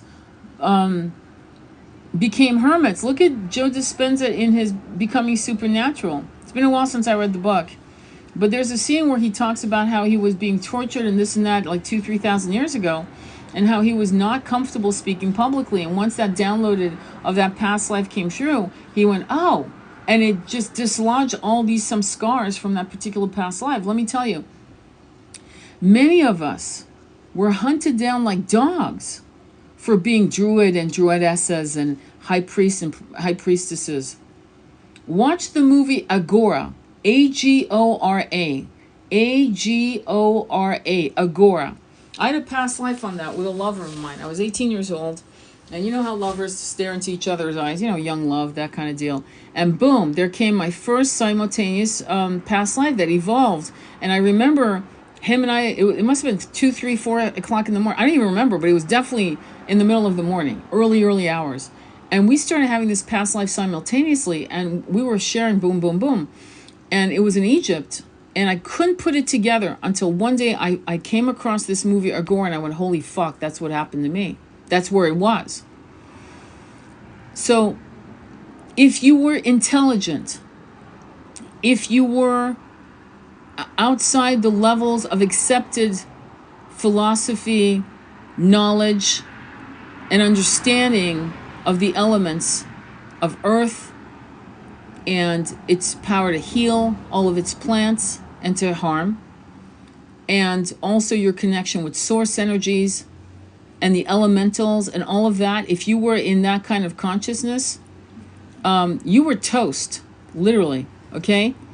And it simplified to the level of the Huguenots and Protestants who had the audacity, I'm saying that ironically, you know, cynically, to decide that the Bible, for example, was going to be translated from Latin, which no one could fucking speak until you were highly educated. Only a few elite 1% were allowed to, or taught, or had the time to do that, into the common language of the people. These wars went on for years, and people were tortured. The Inquisition tortured. And if you believed in anything, if you were Jewish or Muslim or whatever, you were tortured if you were anything else but what they accepted you to be. You had to toe the line. You were always in fear. You had to voice allegiance to things you did not believe in, or die at the sword. So no shit, you're a fucking hermit today. Because, no kidding.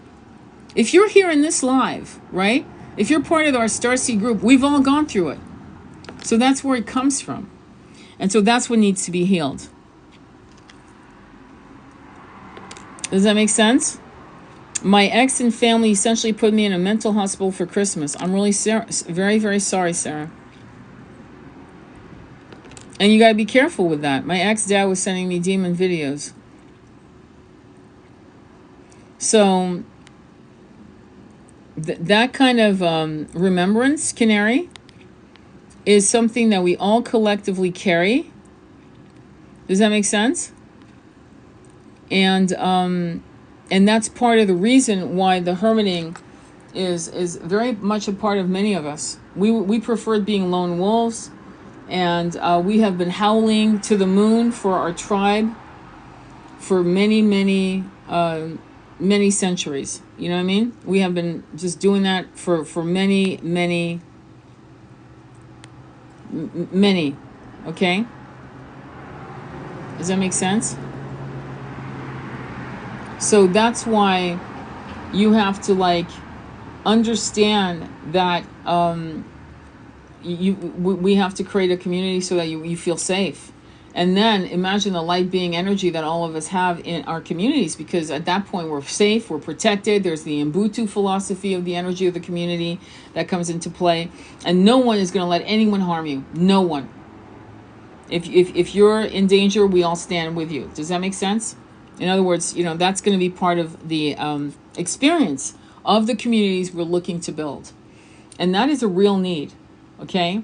And you're going to see different communities. You're going to see communities that are really, really toxic as fuck.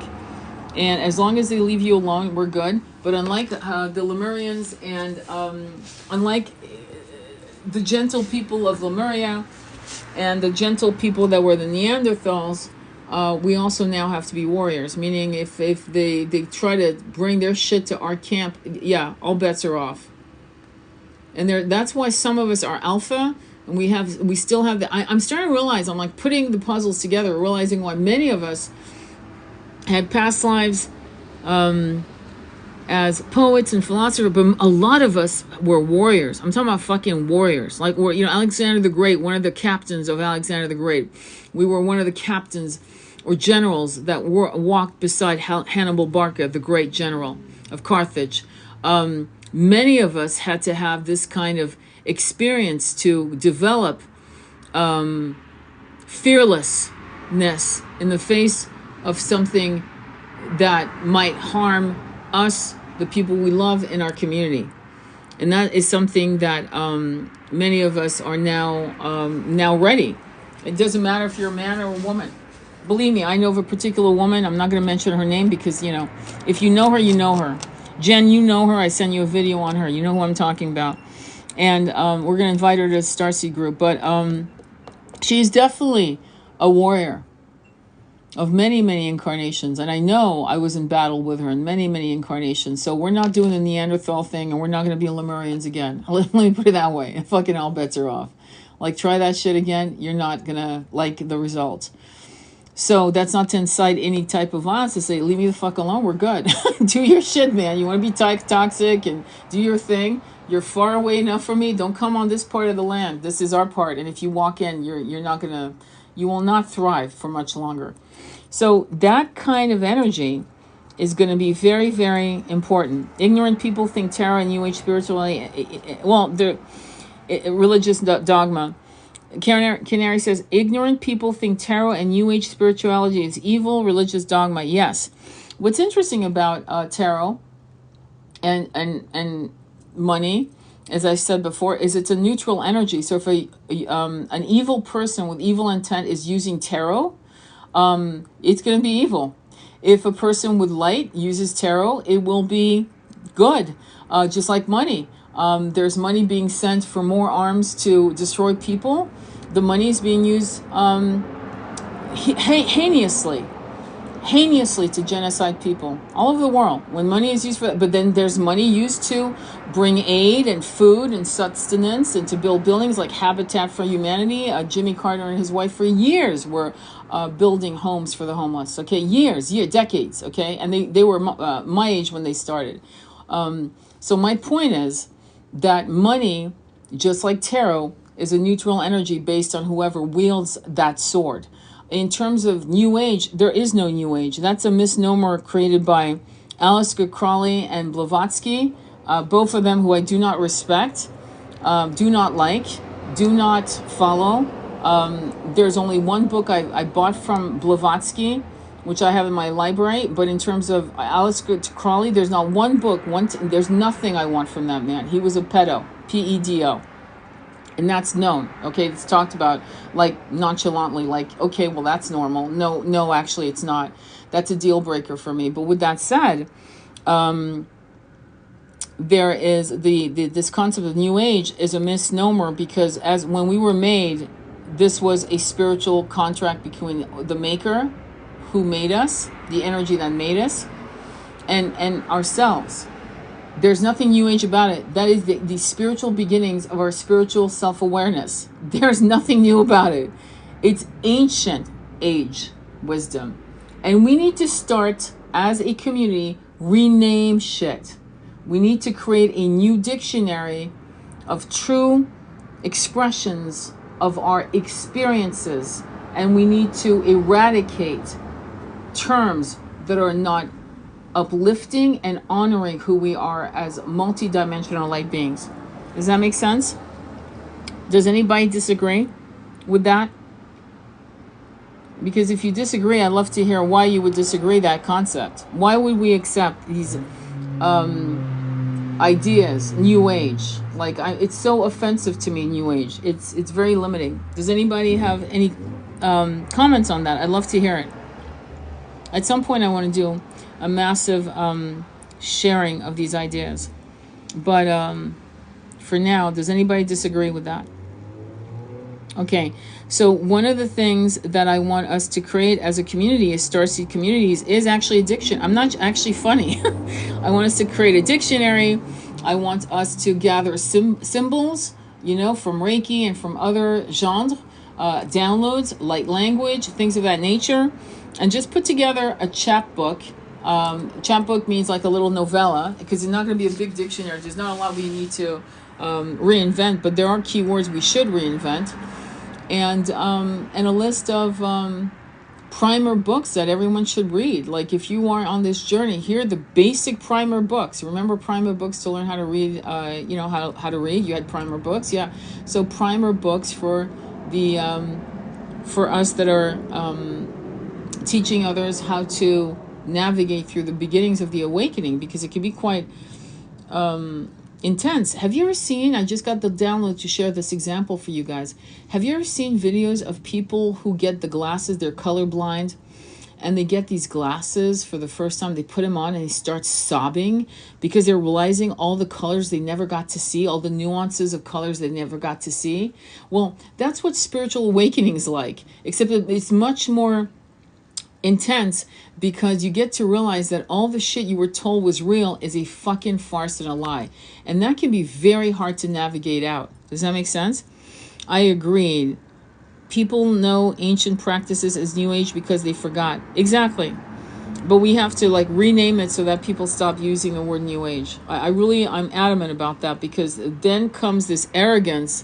New age comes this arrogance, this false presumption that every religion before New Age, you understand New Age started in the 1800s, right? Okay, just let's remember that.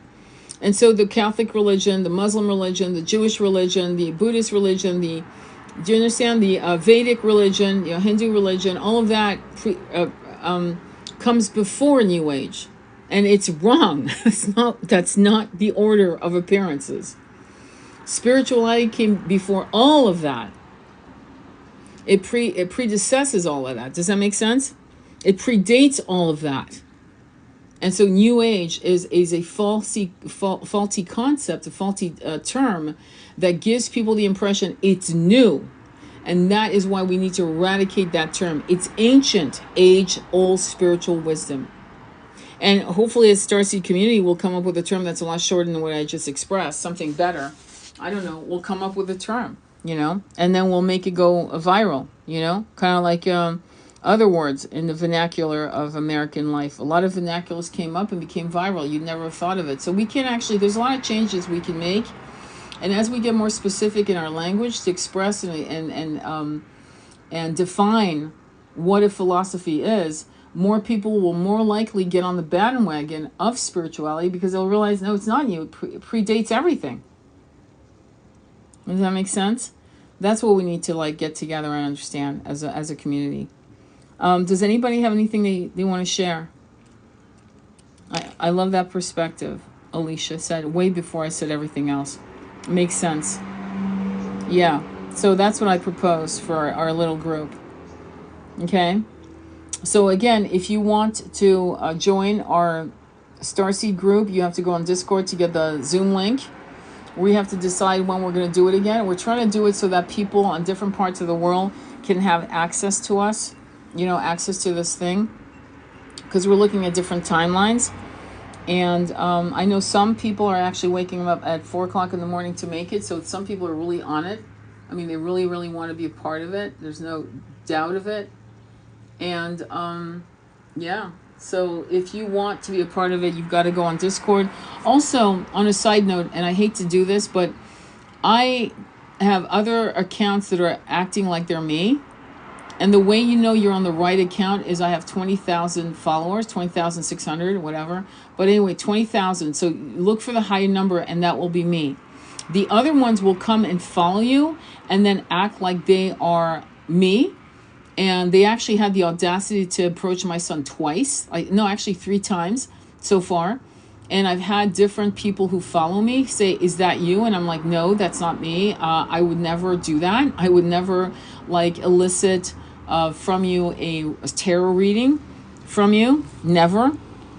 If you want a tarot reading from me, like a twin flame reading, a starseed reading, an Akashic record reading, hypnotherapy, past life regression session, any of that things, you need to go on my website, which is tonybarca.com.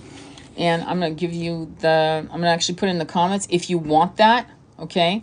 So I'm going to give you that, and tonybarca, .com, but you have to reach out to me. I'm not going to troll your site, troll your page, and hit you up for that. That's not going to happen, you know? So I'm going to pin this to the comments so you guys can see. Hopefully you can see that. Hang on, let me see if it worked. Okay, so it's not me, okay? I would never do that to you. I would never infringe on your privacy. So any other shares? I'm booking a hypnotherapy. Yeah, that's exciting.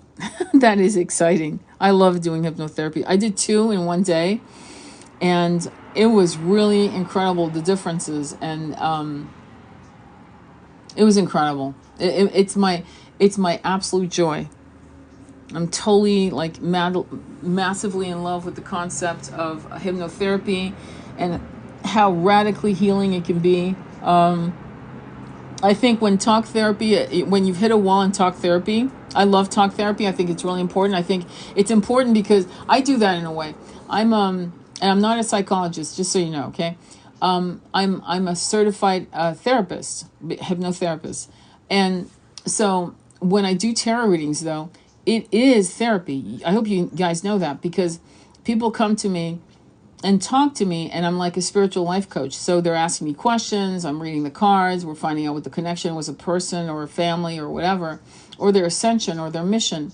Or I did a career reading for a lady, and she was blown away because she was like, holy shit, that's everything you said. That's what I've got to, I've been thinking, yes, I'm going to do this. And so she's actually on her path now. It's time. And because I get downloads like that, you know. But she also was talking about her fears and her what ifs and her this, that, and the others, blocks, and so forth. And so in that context, you know, I'm a therapist, because at that point I have to step in and download with my guides what she needs to understand. So I'm a therapist in that I'm a conduit of what will therapeutically move her out of her being in her own way to be in her mission. In this case, that's what happened. So people sometimes call me just because they need to have that conversation. You know what I mean? And some people will actually call me and say, can you just I don't want to do a tarot reading, I just want to talk about what's going on and get your downloads. And so I do that too. But the hypnotherapy is really massively important to understanding what it means to be a multidimensional light being. So again, there's plant medicine, right? That's one avenue. And then there's hypnotherapy. That's another avenue of having massive downloads of you tapping into the Akashic records and your soul saying, yeah, I know you wanted to come in here to find out about your past life as a Egyptian priestess, but we're not doing that today. Today, we're going to look at you as a starseed on another planet, because you need to understand how old you are and how wise you are and how you have this life and it's real. And that's what happens also. Sometimes what happens is people need to understand beyond this incarnation on planet Earth. Do you understand? And then some people will come back and go, well, I just want to do blah, blah, blah. And then the soul said, no, actually today we are going back to Egypt and look at your past life as a high priestess or high priest. Today's a good day for that. So you got to kind of realize the soul is the boss when you go into that level of, surrender. Okay. All right, my friends, it's been probably almost damn near 2 hours of chatting with you. And I'm really honored to meet many of you, to know many of you. Yes, if you want an Akashic record reading, all you have to do is just go on my website and schedule it. So typically what I do is I do a 15-minute meditation before I meet with you. And typically, okay, so far what happens in an Akashic reading is I get 3 spirit animals and I get whatever past lives are downloaded from what I will call the keepers of the library of the Akashic records, which is infinite, as you well know. And the beauty of the Akashic records is that because it's a moving feast, it's a moving energetic force that is infinite, it is why you're able to manifest shifts and changes. I kid you not. It is not cemented. That's why you can break soul contracts and rewrite them. That's why you can repair a fight, even though you had a fight and you're ashamed. You can actually go back in meditation and rewrite that fight into not a fight, but a disagreement that turns into an understanding that we agreed to disagree with civility, or a deeper understanding of saying, oh, I understand your perspective, I get it, and a union and a respect. And that can actually repair the tear from a fight. One of the things about Ho'oponopono is that essentially that's what you're doing. Ho'oponopono, the name of the person. I'm sorry, please forgive me, I love you, thank you. You can do it with yourself. You can do it with the universe. You can do it with Mother Earth. You can do a Ho'oponopono. Mother Earth, Bhumi, Gaia, I am so sorry. Please forgive me. I love you. Thank you for being my mother. All of these incarnations, we have to get better in actually having active dialogue with Pachamama and with her children, which are the trees and the rocks and the seas and the oceans and the rivers and the waterfalls and the birds and the bees and the furry and the finned and what am I missing? And us as human beings, each other as brothers and sisters. We got to get better. And those who are dark of hearts, we have to move away from communities that support those kinds of energies to create our own communities. That's all. It's that simple. It's actually that simple, and it is. It's a willingness to do it. Okay, so I hope that Blu-ray Twin Flame. I hope you got that. Any questions or shares? Hello, Jeanne. I don't know why I said Jeanne instead of Jane. But there's a lot of things that we have such beautiful energies, and we're so diverse in racial makeup, race. Our racial diversity is our strength. Our cultural and religious diversity is our strength. If we realize that it is a reality for now, but was not our reality before now, before these incarnations, as long as we understand that, it is our strength. The minute we don't understand that, and we actually believe that who we are today is all we have, all we will ever be, all we have ever been, and we're entrenched in that dogma, it's our weakness. It's our Achilles heel. That has been used by the 1% for a couple of thousand years. I think longer than that. At least 12, 13,000 years. You know what I'm saying? And so now we can overcome all of that. All right? So Shall I upload this video? I ask you guys because, it's 2 hours, so it might not be worthy. Do you guys want me to upload it for those of you who missed it? And then what I'll do is I'll put a timeline as to when the oracle readings start, so that you guys can overcome, bypass some of this stuff. But to be honest, I think some of you guys need to be a little more patient and listen to what is being shared. Because if you're bereft, you feel lonely, homeless, homesick, depressed, this and that, you may want to listen to the beginning of this video. Okay, I've learned I'm my own twin flame recently. I understand that. Everyone's journey is different. There's no right or wrong experience. There are people who have more than one twin flame. You know what I mean? So, any other questions or comments? Anything at all?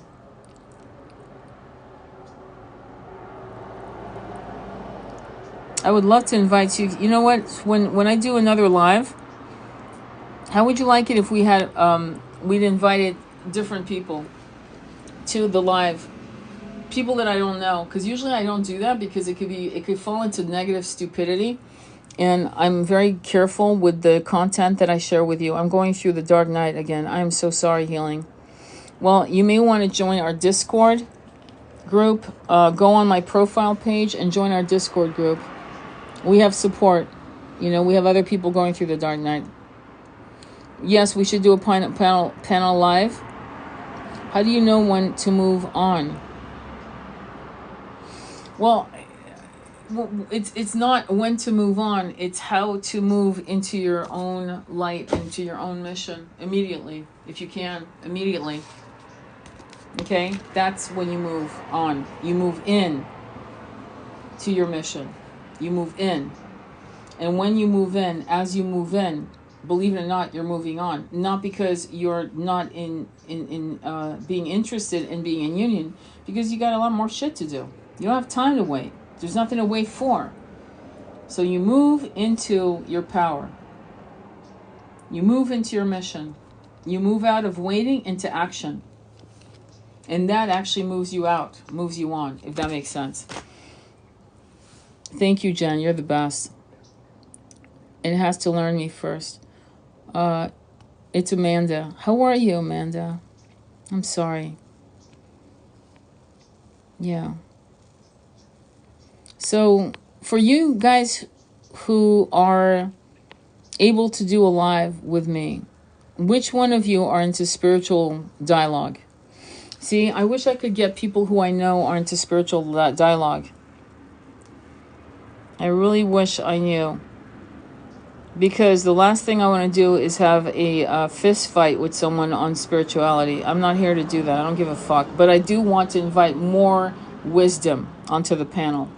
My goal is more wisdom, not bullshit. You know what I'm saying? I don't feel like fist fighting somebody on bullshit. I'm not into. You'll be blocked. Like immediately. Boom. Done. Blocked. I'm not interested in that. I'm interested in having a panel of starseeds who have much more knowledge, much more wisdom, where we can co-create massive healing. Okay? So who here is able to do a live that has that kind of understanding? Because I don't want to talk to someone about anything that deals with Jesus loves you. No kidding. I know that. And you will die in sin if you X, Y, and Z. I don't want to hear that shit. I really don't.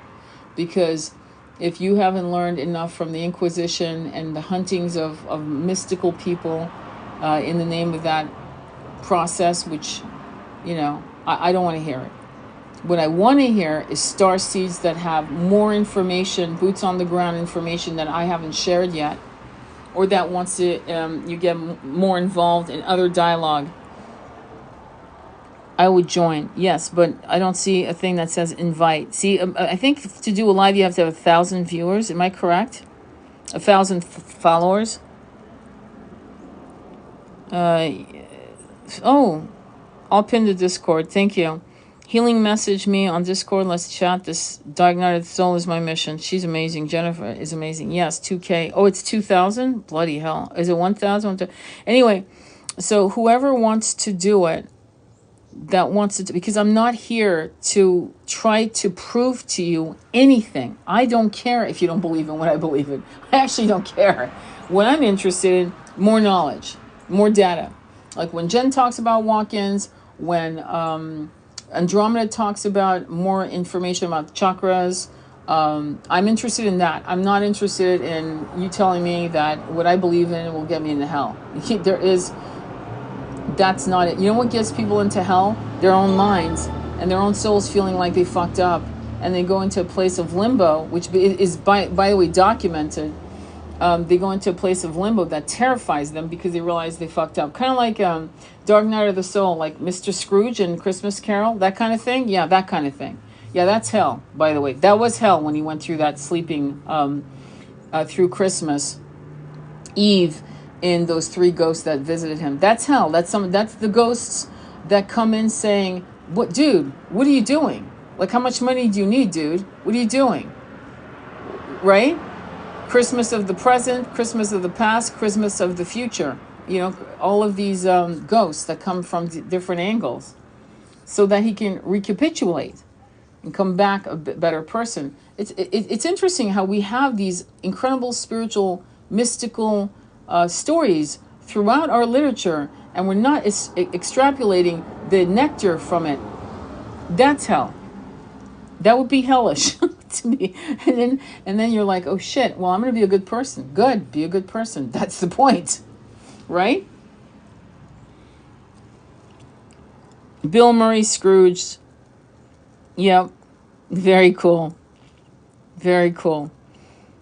I would love to join and learn. Well, join. It's there. She just 1K, I typed it wrong. Okay, good.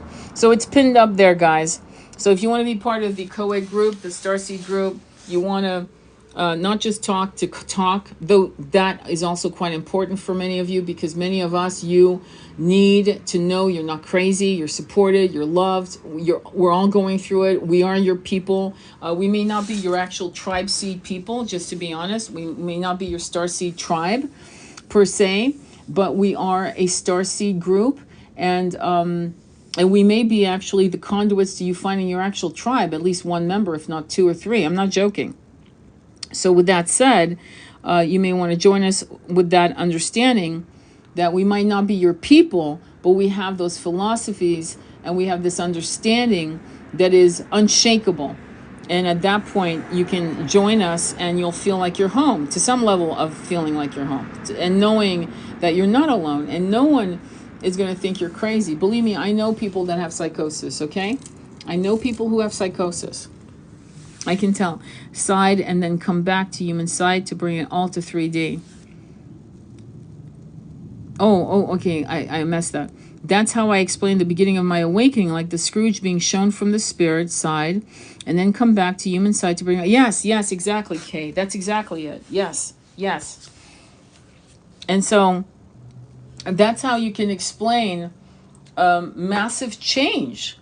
Right? Scrooge is a perfect example of massive change. The man was an asshole. He was greedy, he was petty, he was miserly, he was miserable, and he made sure that everyone was as miserable as he was.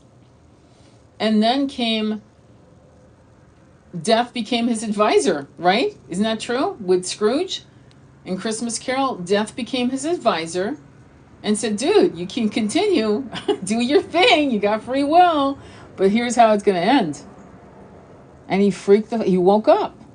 Literally. This story is amazing. I don't know if you guys know, but Charles Dickens, who wrote Christmas Carol and other books, he was very about humanity and the cruelty of society and how it normalized child abuse. Because his father, I believe, had been sick and they lost everything, his family. And at 13, he went to work at a poorhouse. What is it called? There was during the Industrial Revolution, I think, a workhouse, not poorhouse, a workhouse. Nicholas, he also wrote Nicholas, I forgot Nicholas, there was a book that he wrote also, Nicholas something.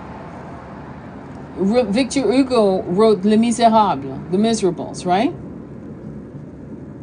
So we were being warned as the Industrial Revolution was coming into play. When you watch the movie Braveheart with Mel Gibson, and you watch Le Droit du Seigneur, which was a real thing that went on for centuries, on a woman's first night of her marriage, her virginity was not lost to her husband, but to the Lord of the land.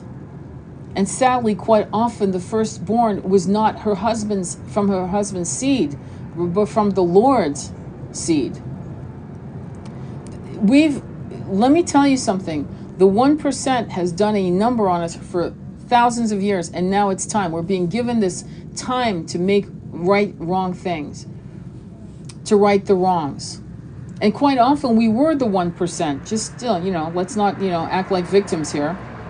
We were the 1%, and now we're going to a place of self-realization. So that's why this group is so beautiful, because we're fully aware of the power of energy, as the 1% is. They've used it against us. Now it's time for us to use our beautiful tools to save ourselves, the planet, our lineages, our people.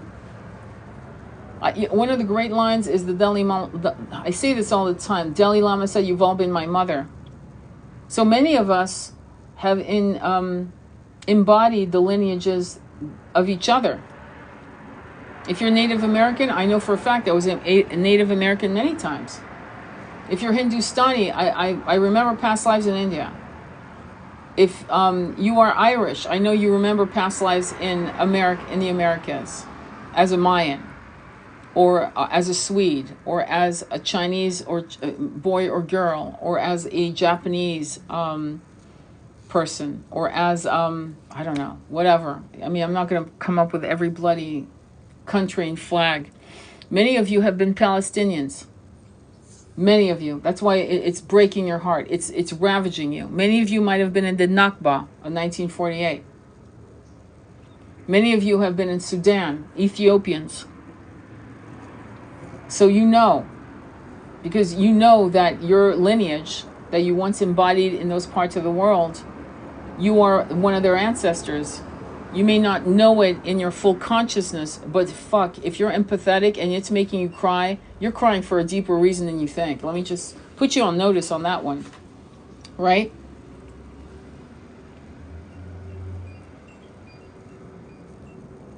Absolutely, Jane. I just looked up the Agora film, and it's not available on Prime or either platform. More censorship. Look it up on Netflix, because usually what happens is they might put it on Netflix. Agora. Okay, look it up on that Netflix. I played Ebenezer Scrooge in 6th grade. Very cool. Very cool. So you understand the evolution of that personality at the age of 11, right? 10 or 11 or 12, whatever age you were in 6th grade. But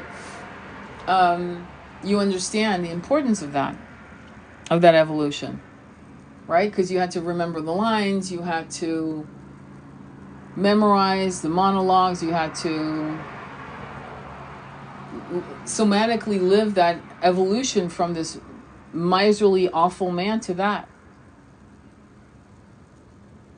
And this whole bootstrap theory is such a lie. It always has been.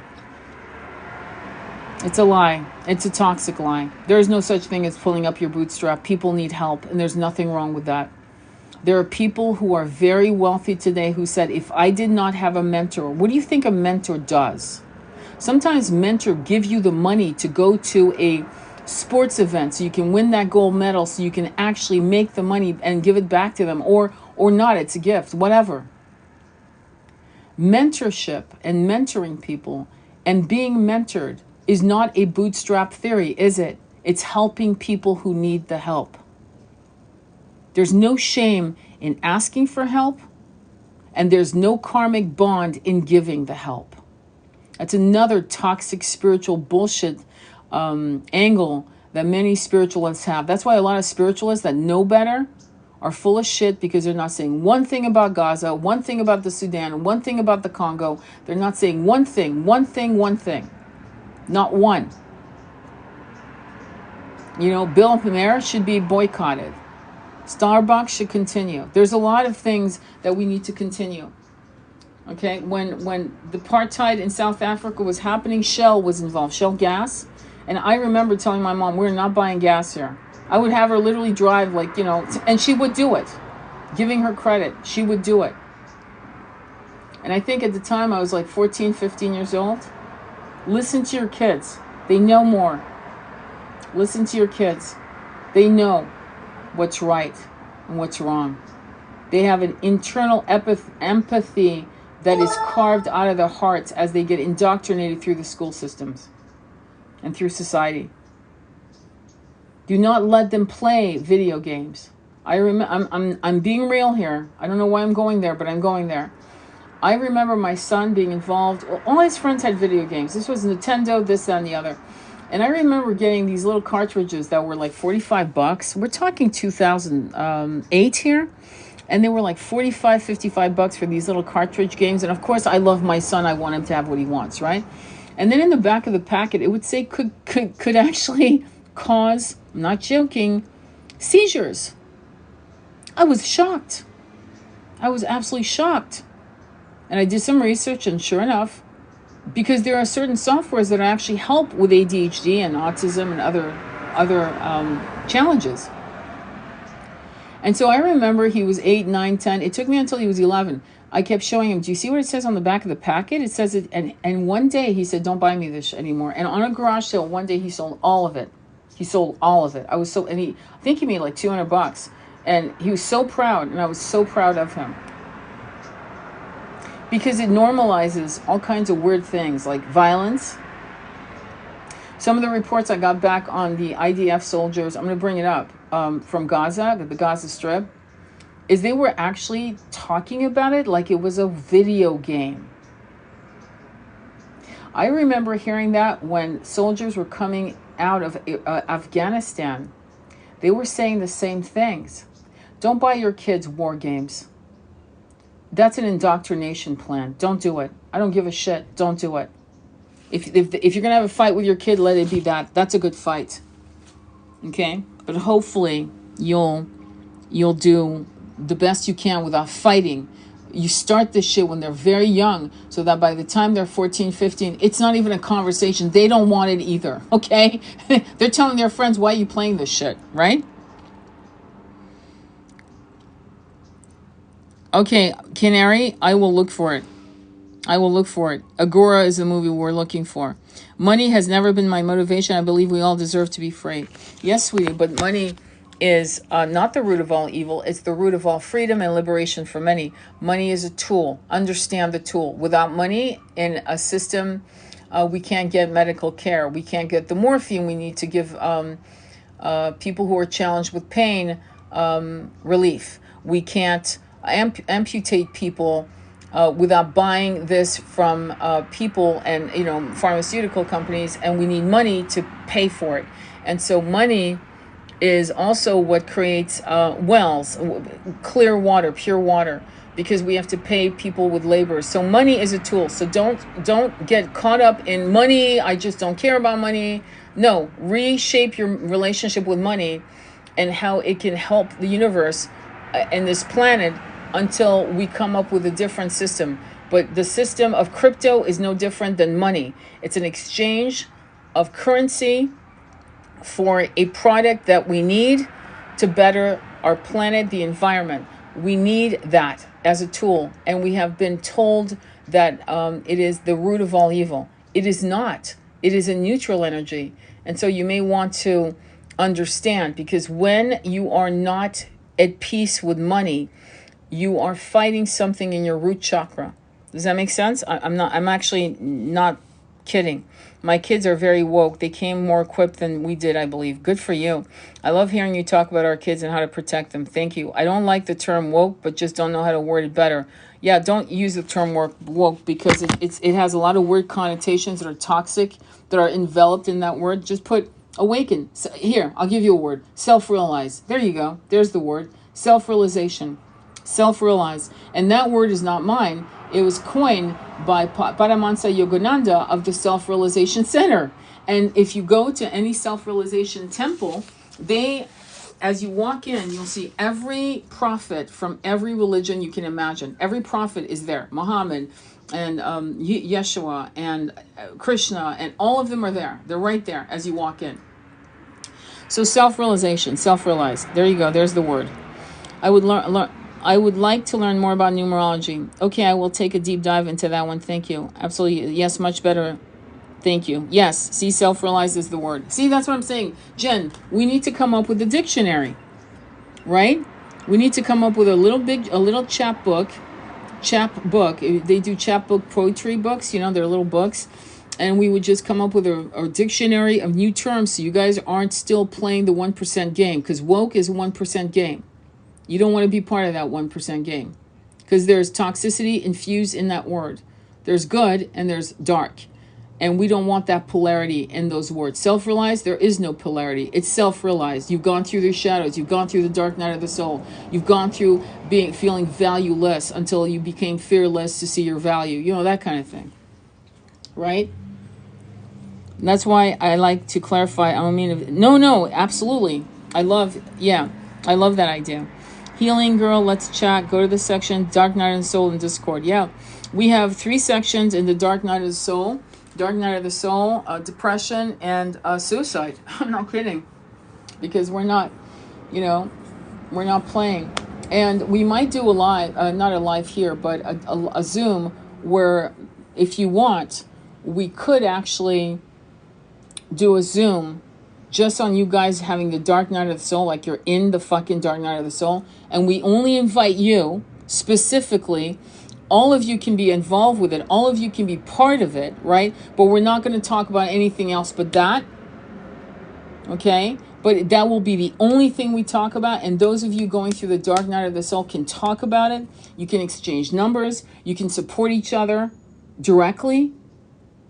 Okay? So that you can walk yourself. Because if you help someone else going through the Dark Night of the Soul, and then you're like, I woke up and I feel like fucking I don't want to be here anymore. And the person who you helped last week is better, and they can come back to you and go, look, I got you. Let's walk this together, right?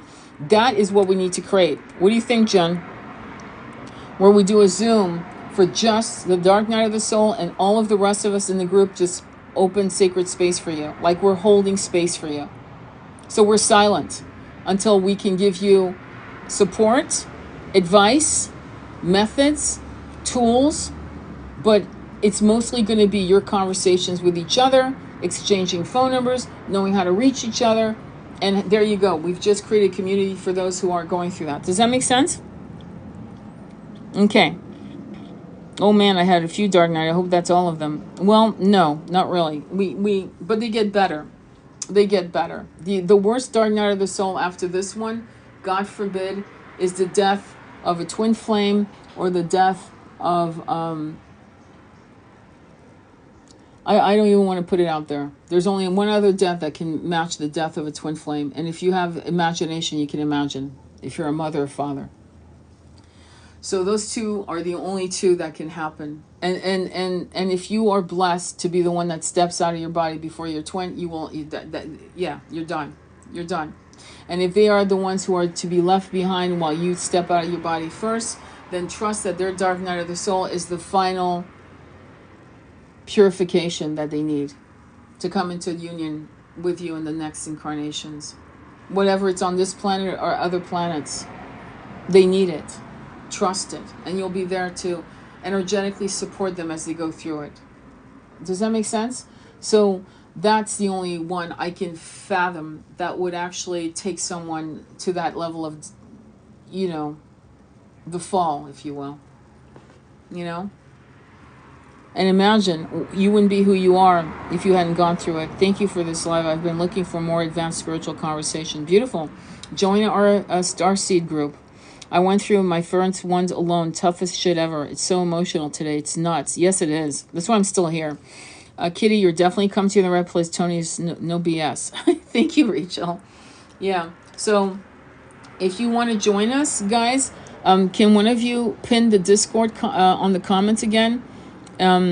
If you don't mind. And also, if you can't somehow screenshot it or whatever, just go to my profile page. There's a link tree. Go to the bottom. And the reason I have it on the bottom, just in case you're wondering, why would she have it in the bottom? Because I have to also, no offense, promote my business. Hypnotherapy, tarot reading, my book that just came out, Recall.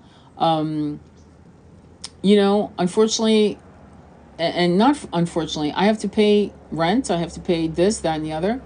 And those are my concerns. I wish I had a trust fund. I'd be doing all this shit for free, to be honest, because that would make me much more comfortable. But for whatever reason, in this incarnation, I don't have a trust fund. And to be honest, if I had been born with a trust fund, would I be who I am today? I don't think so. I don't think I would have.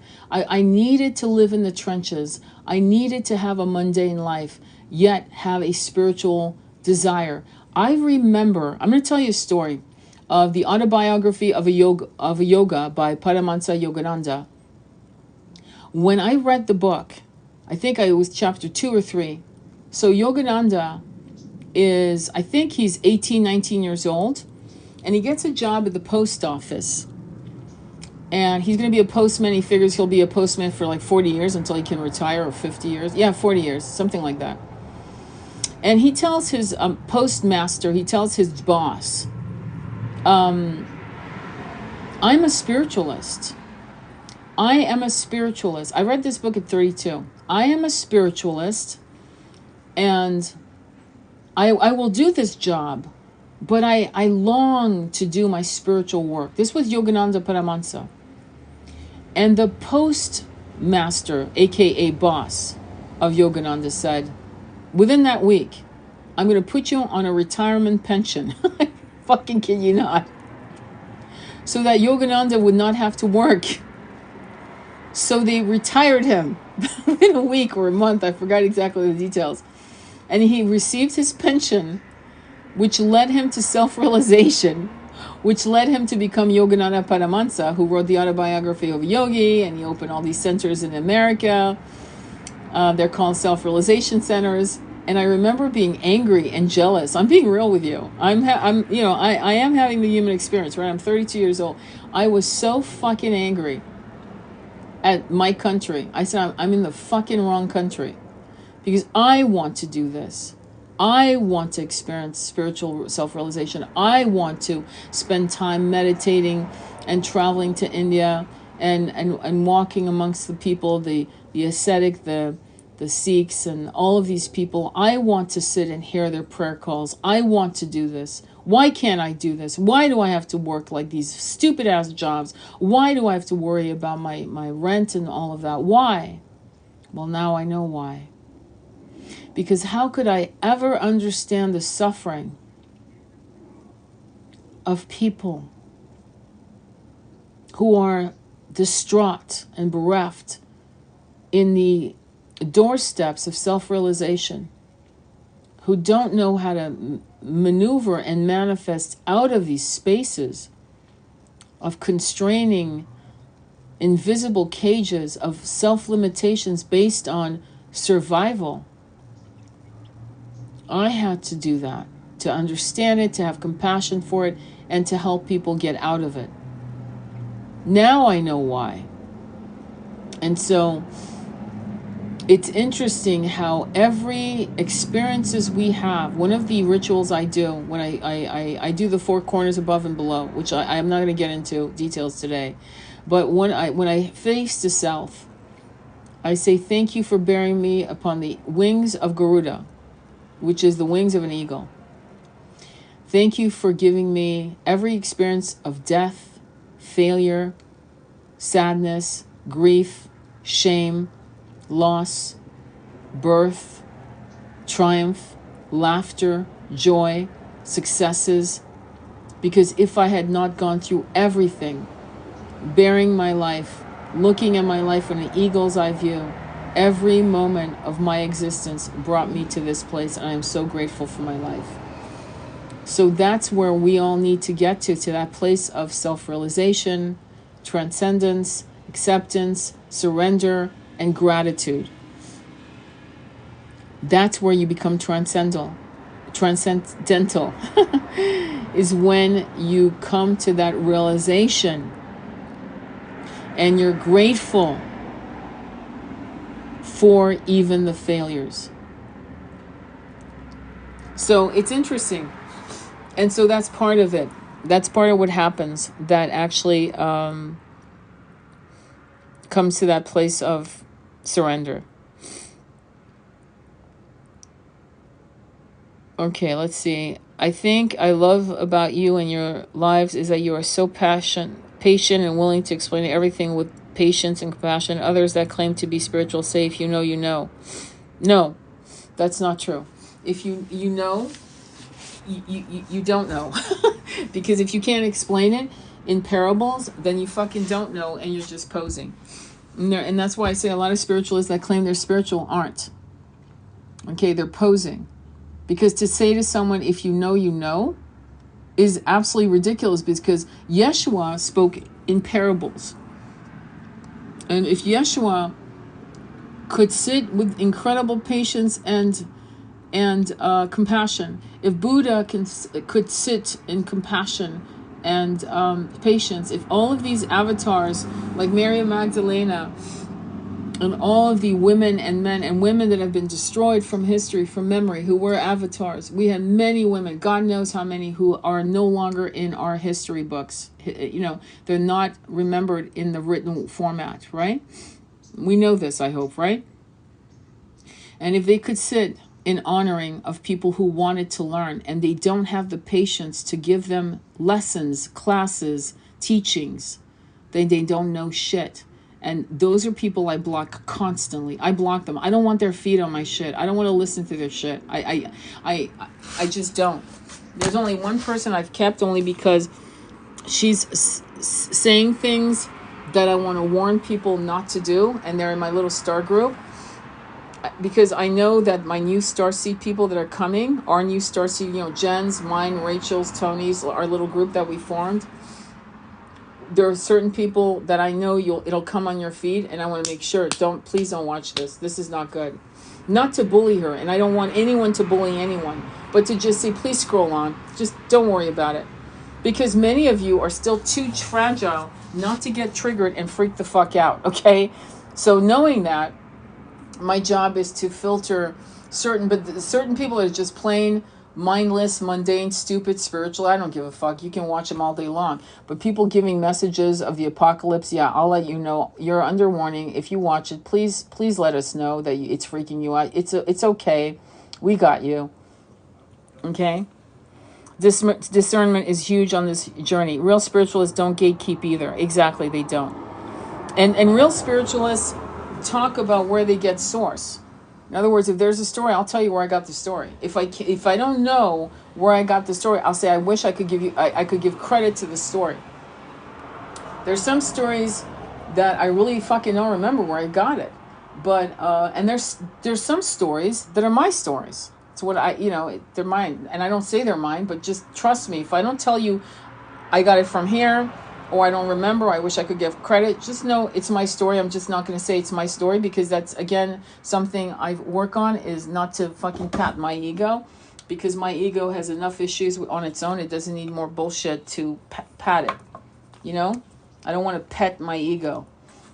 And it's because of my past lives that I've had that I remember where my ego was running amok. And I was a spiritual leader in one particular past life as a high priestess. And I really, really did a lot of people wrong. And that was one of the problems I had in this. This is why I'm a late bloomer, not in the spiritual connection with Source, but in becoming public. The public aspect, I'm a late bloomer, because I never wanted to go public, because I didn't trust that I deserved and that my message was going to be uncorrupted. And now that I've developed, like you said, discernment, and I trust that I'm coming from a place of my heart and not an egoic framework to control anyone, right? If somebody comes to me and says, prove it, I'm like, I don't give a fuck I don't give a fuck if you believe it or not. Like, I'm not here. I don't want to debate this. I'd rather debate someone off the ledge than debate your dumb ass, you know what I mean? On whether or not what I'm saying is true. I don't give a shit. And I've come to that point too. And you may want to do the same, just so it'll help you a lot. You want, well, how do you know if the reincarnation really exists? I don't know, dude. I don't care. Whatever. Enjoy. You're right. Bye-bye. I don't care. If somebody comes to me and says, I don't know if reincarnation exists, I'm suffering, and I don't know what is real anymore. That person I'll sit with. I'll talk to them. Because they don't really know, they're gatekeeping. I struggle with going public too, but we'll have to pull getting louder and louder to go public. You better. Maybe that's why you're on this live, because it's going to help you like get out of your own way. You better. You don't have to do this facial deal, like I stopped doing videos of my, like live, not live, I've never done a live on ever actually, but I've stopped doing recordings. In fact, some I actually deleted from my YouTube because I remember, because people make comments on what you look like, good or bad. It doesn't matter to me. Good, okay, let's say good. Let's just say, okay, good. I don't want those either. I don't want any of them. I want you to focus on what I'm saying, not what I look like. I don't care, because I may not be your type. I may not, I've seen too many men say the stupidest comment. No offense, men. Many of you who are here probably aren't those men, but many men will scroll by and go, oh, I just, or, yeah. And I'm like, no, shut the fuck. I don't want to hear it. So part of it is that, it's me protecting my energy. The other part is, I don't want to be recognized in public. I remember doing an ad in my local whatever, right here where I live in California. And I started seeing people in the supermarket just staring at me and smiling and this and that. And I knew it was the wrong reason. It wasn't because my solar plexus chakra was exploding. I knew the difference because it was connecting with the ad and my pictures of me. And I was like, oh, fuck. Okay. And I took the ad down. I was like, I don't want to be recognized. I want my own privacy. I'm doing this for other reasons. I don't want to be known, honestly. So if you're that person, which it sounds like you are, Kay, then what you want to do is probably similar to what I'm doing, which is use images, use yourself walking. Like, once I get on the land, once we get the farm, I will do more visuals here and there, but not a lot. I'll probably show you more of the land than me. Who gives a fuck what I look like? What matters is I might actually let you guys see my eyes so you can discern whether or not you want to trust me. I'll do that out of respect and honoring of you. But I'm not going to, I'll probably do more of that in a Zoom than anything because that's private. I don't want to put my stuff out in public. So, okay, I get it. You can do it without showing your face. It took me a while to go public too. Everyone's different. I make videos but hold back, and I don't speak. I recently shut off comments so I don't get the negative feedback. Oh, no, okay? Don't do that. Don't do that. Leave the comments up and block the assholes who give you love. That's what I do. Every time I'll start like trying to convince, and I'm like, what the fuck am I block them. I go, bye, we're done. I don't want to talk to you. I'm not for you. I get it. If you go to the grocery market and you're looking at avocado as opposed to an orange, are you going to argue with the avocado that you prefer oranges? What the fuck is wrong with you? No, you would not do that. You'd go, wow, what's wrong with you? Are you psychotic? Right? So it's like, so think of me as an avocado. Keep going. You don't like them. I get it. Enjoy the orange. You're good to enjoy the orange. Leave me the fuck alone. Yeah, stop squeezing the avocado.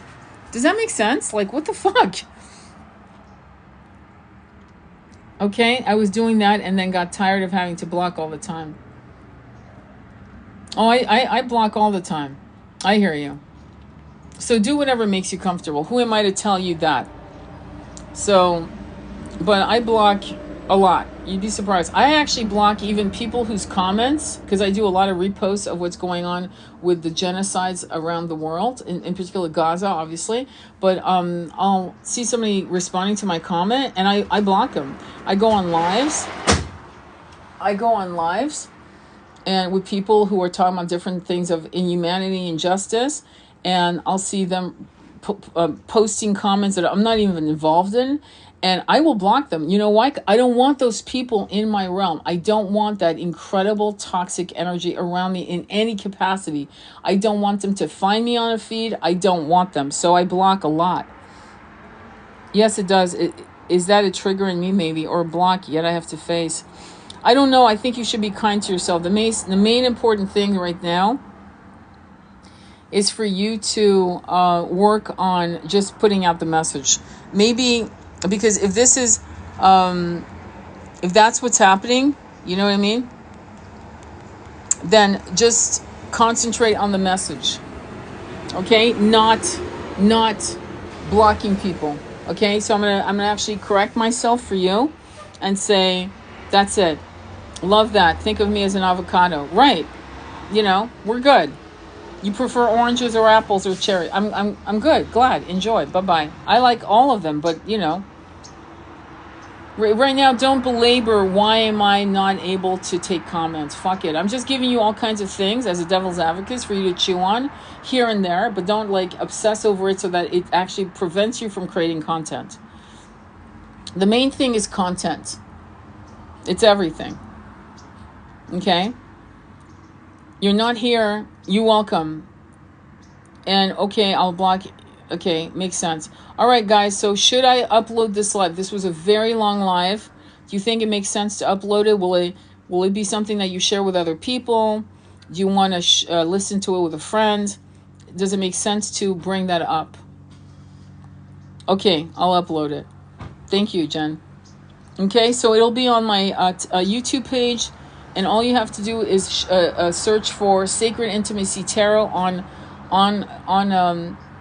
YouTube, or you can go on my profile page. If you go all the way to the bottom of my link tree, there is my YouTube link, and it could take you right to the YouTube channel, and I will upload this today. I also uploaded the guided meditation of breaking the soul contract with Earth and with Source, and rewriting the new contract. That's up there too. That actual live is up there. I also have the method of you doing it yourself. There's no expiration date to you doing it. You don't have to do it every day. Just do it once, and at the most once a year. Not more than that, okay? Because you may want to refine your soul contract with planet Earth and with Source, with God, with the universe, with all of it. Okay? All right. So I'm going to leave you here. I want to thank you all for your beauty and your tenacity and your willingness to actually surrender and to trust in yourself. The most important thing that you're going to have to learn in this incarnation is to trust yourself, to trust your downloads, to understand the difference between corrupt downloads and clear downloads. These things come from meditation, heart coherence with the heart chakra, and all of this work, okay? Thank you for your time with us. I love you. I love you all very much. I really do.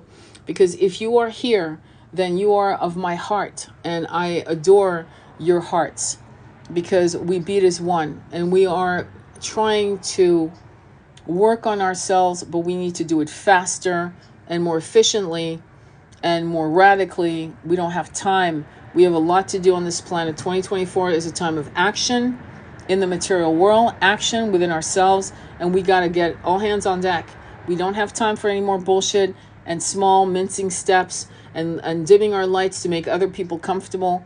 I don't give a fuck about other people who aren't on this concept that religion is kindness, and that we believe in the abundance and the right of everyone to have the right to thrive, to feel safe, to have clear, clean water, to have food, to live on their land without being harassed, without being genocided, without being moved.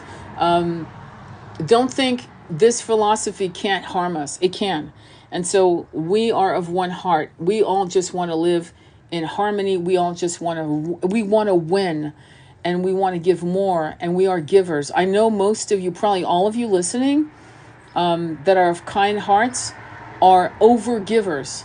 And the problem isn't that you're over givers. The problem is that you have to overgive to the right people. And when you overgive to overgivers, you get overgiven too. So it's fantastic. We just need to do that, okay? And of course, we got a couple assholes talking about comments in the live were filtered to protect the community's experience. Just heard from ITF. I'm so excited. Congratulations. Thank you, Tony. Thank you very much for your wisdom. Is invaluable. Your words are healing. I'm so glad. That's my motto. Don't ever dim your light to anyone. Exactly. After 6 long months, hell yes, congratulations. So I'm going to post this on our, again, go on my profile page, go to the link tree. This entire live has oracle readings, lots of messages for you, and we'll go from there, okay? Join our Discord if you want to be in our Zoom group and chat about Dark Night of the Souls and other things. All right, send you much love on your journey. Namaste.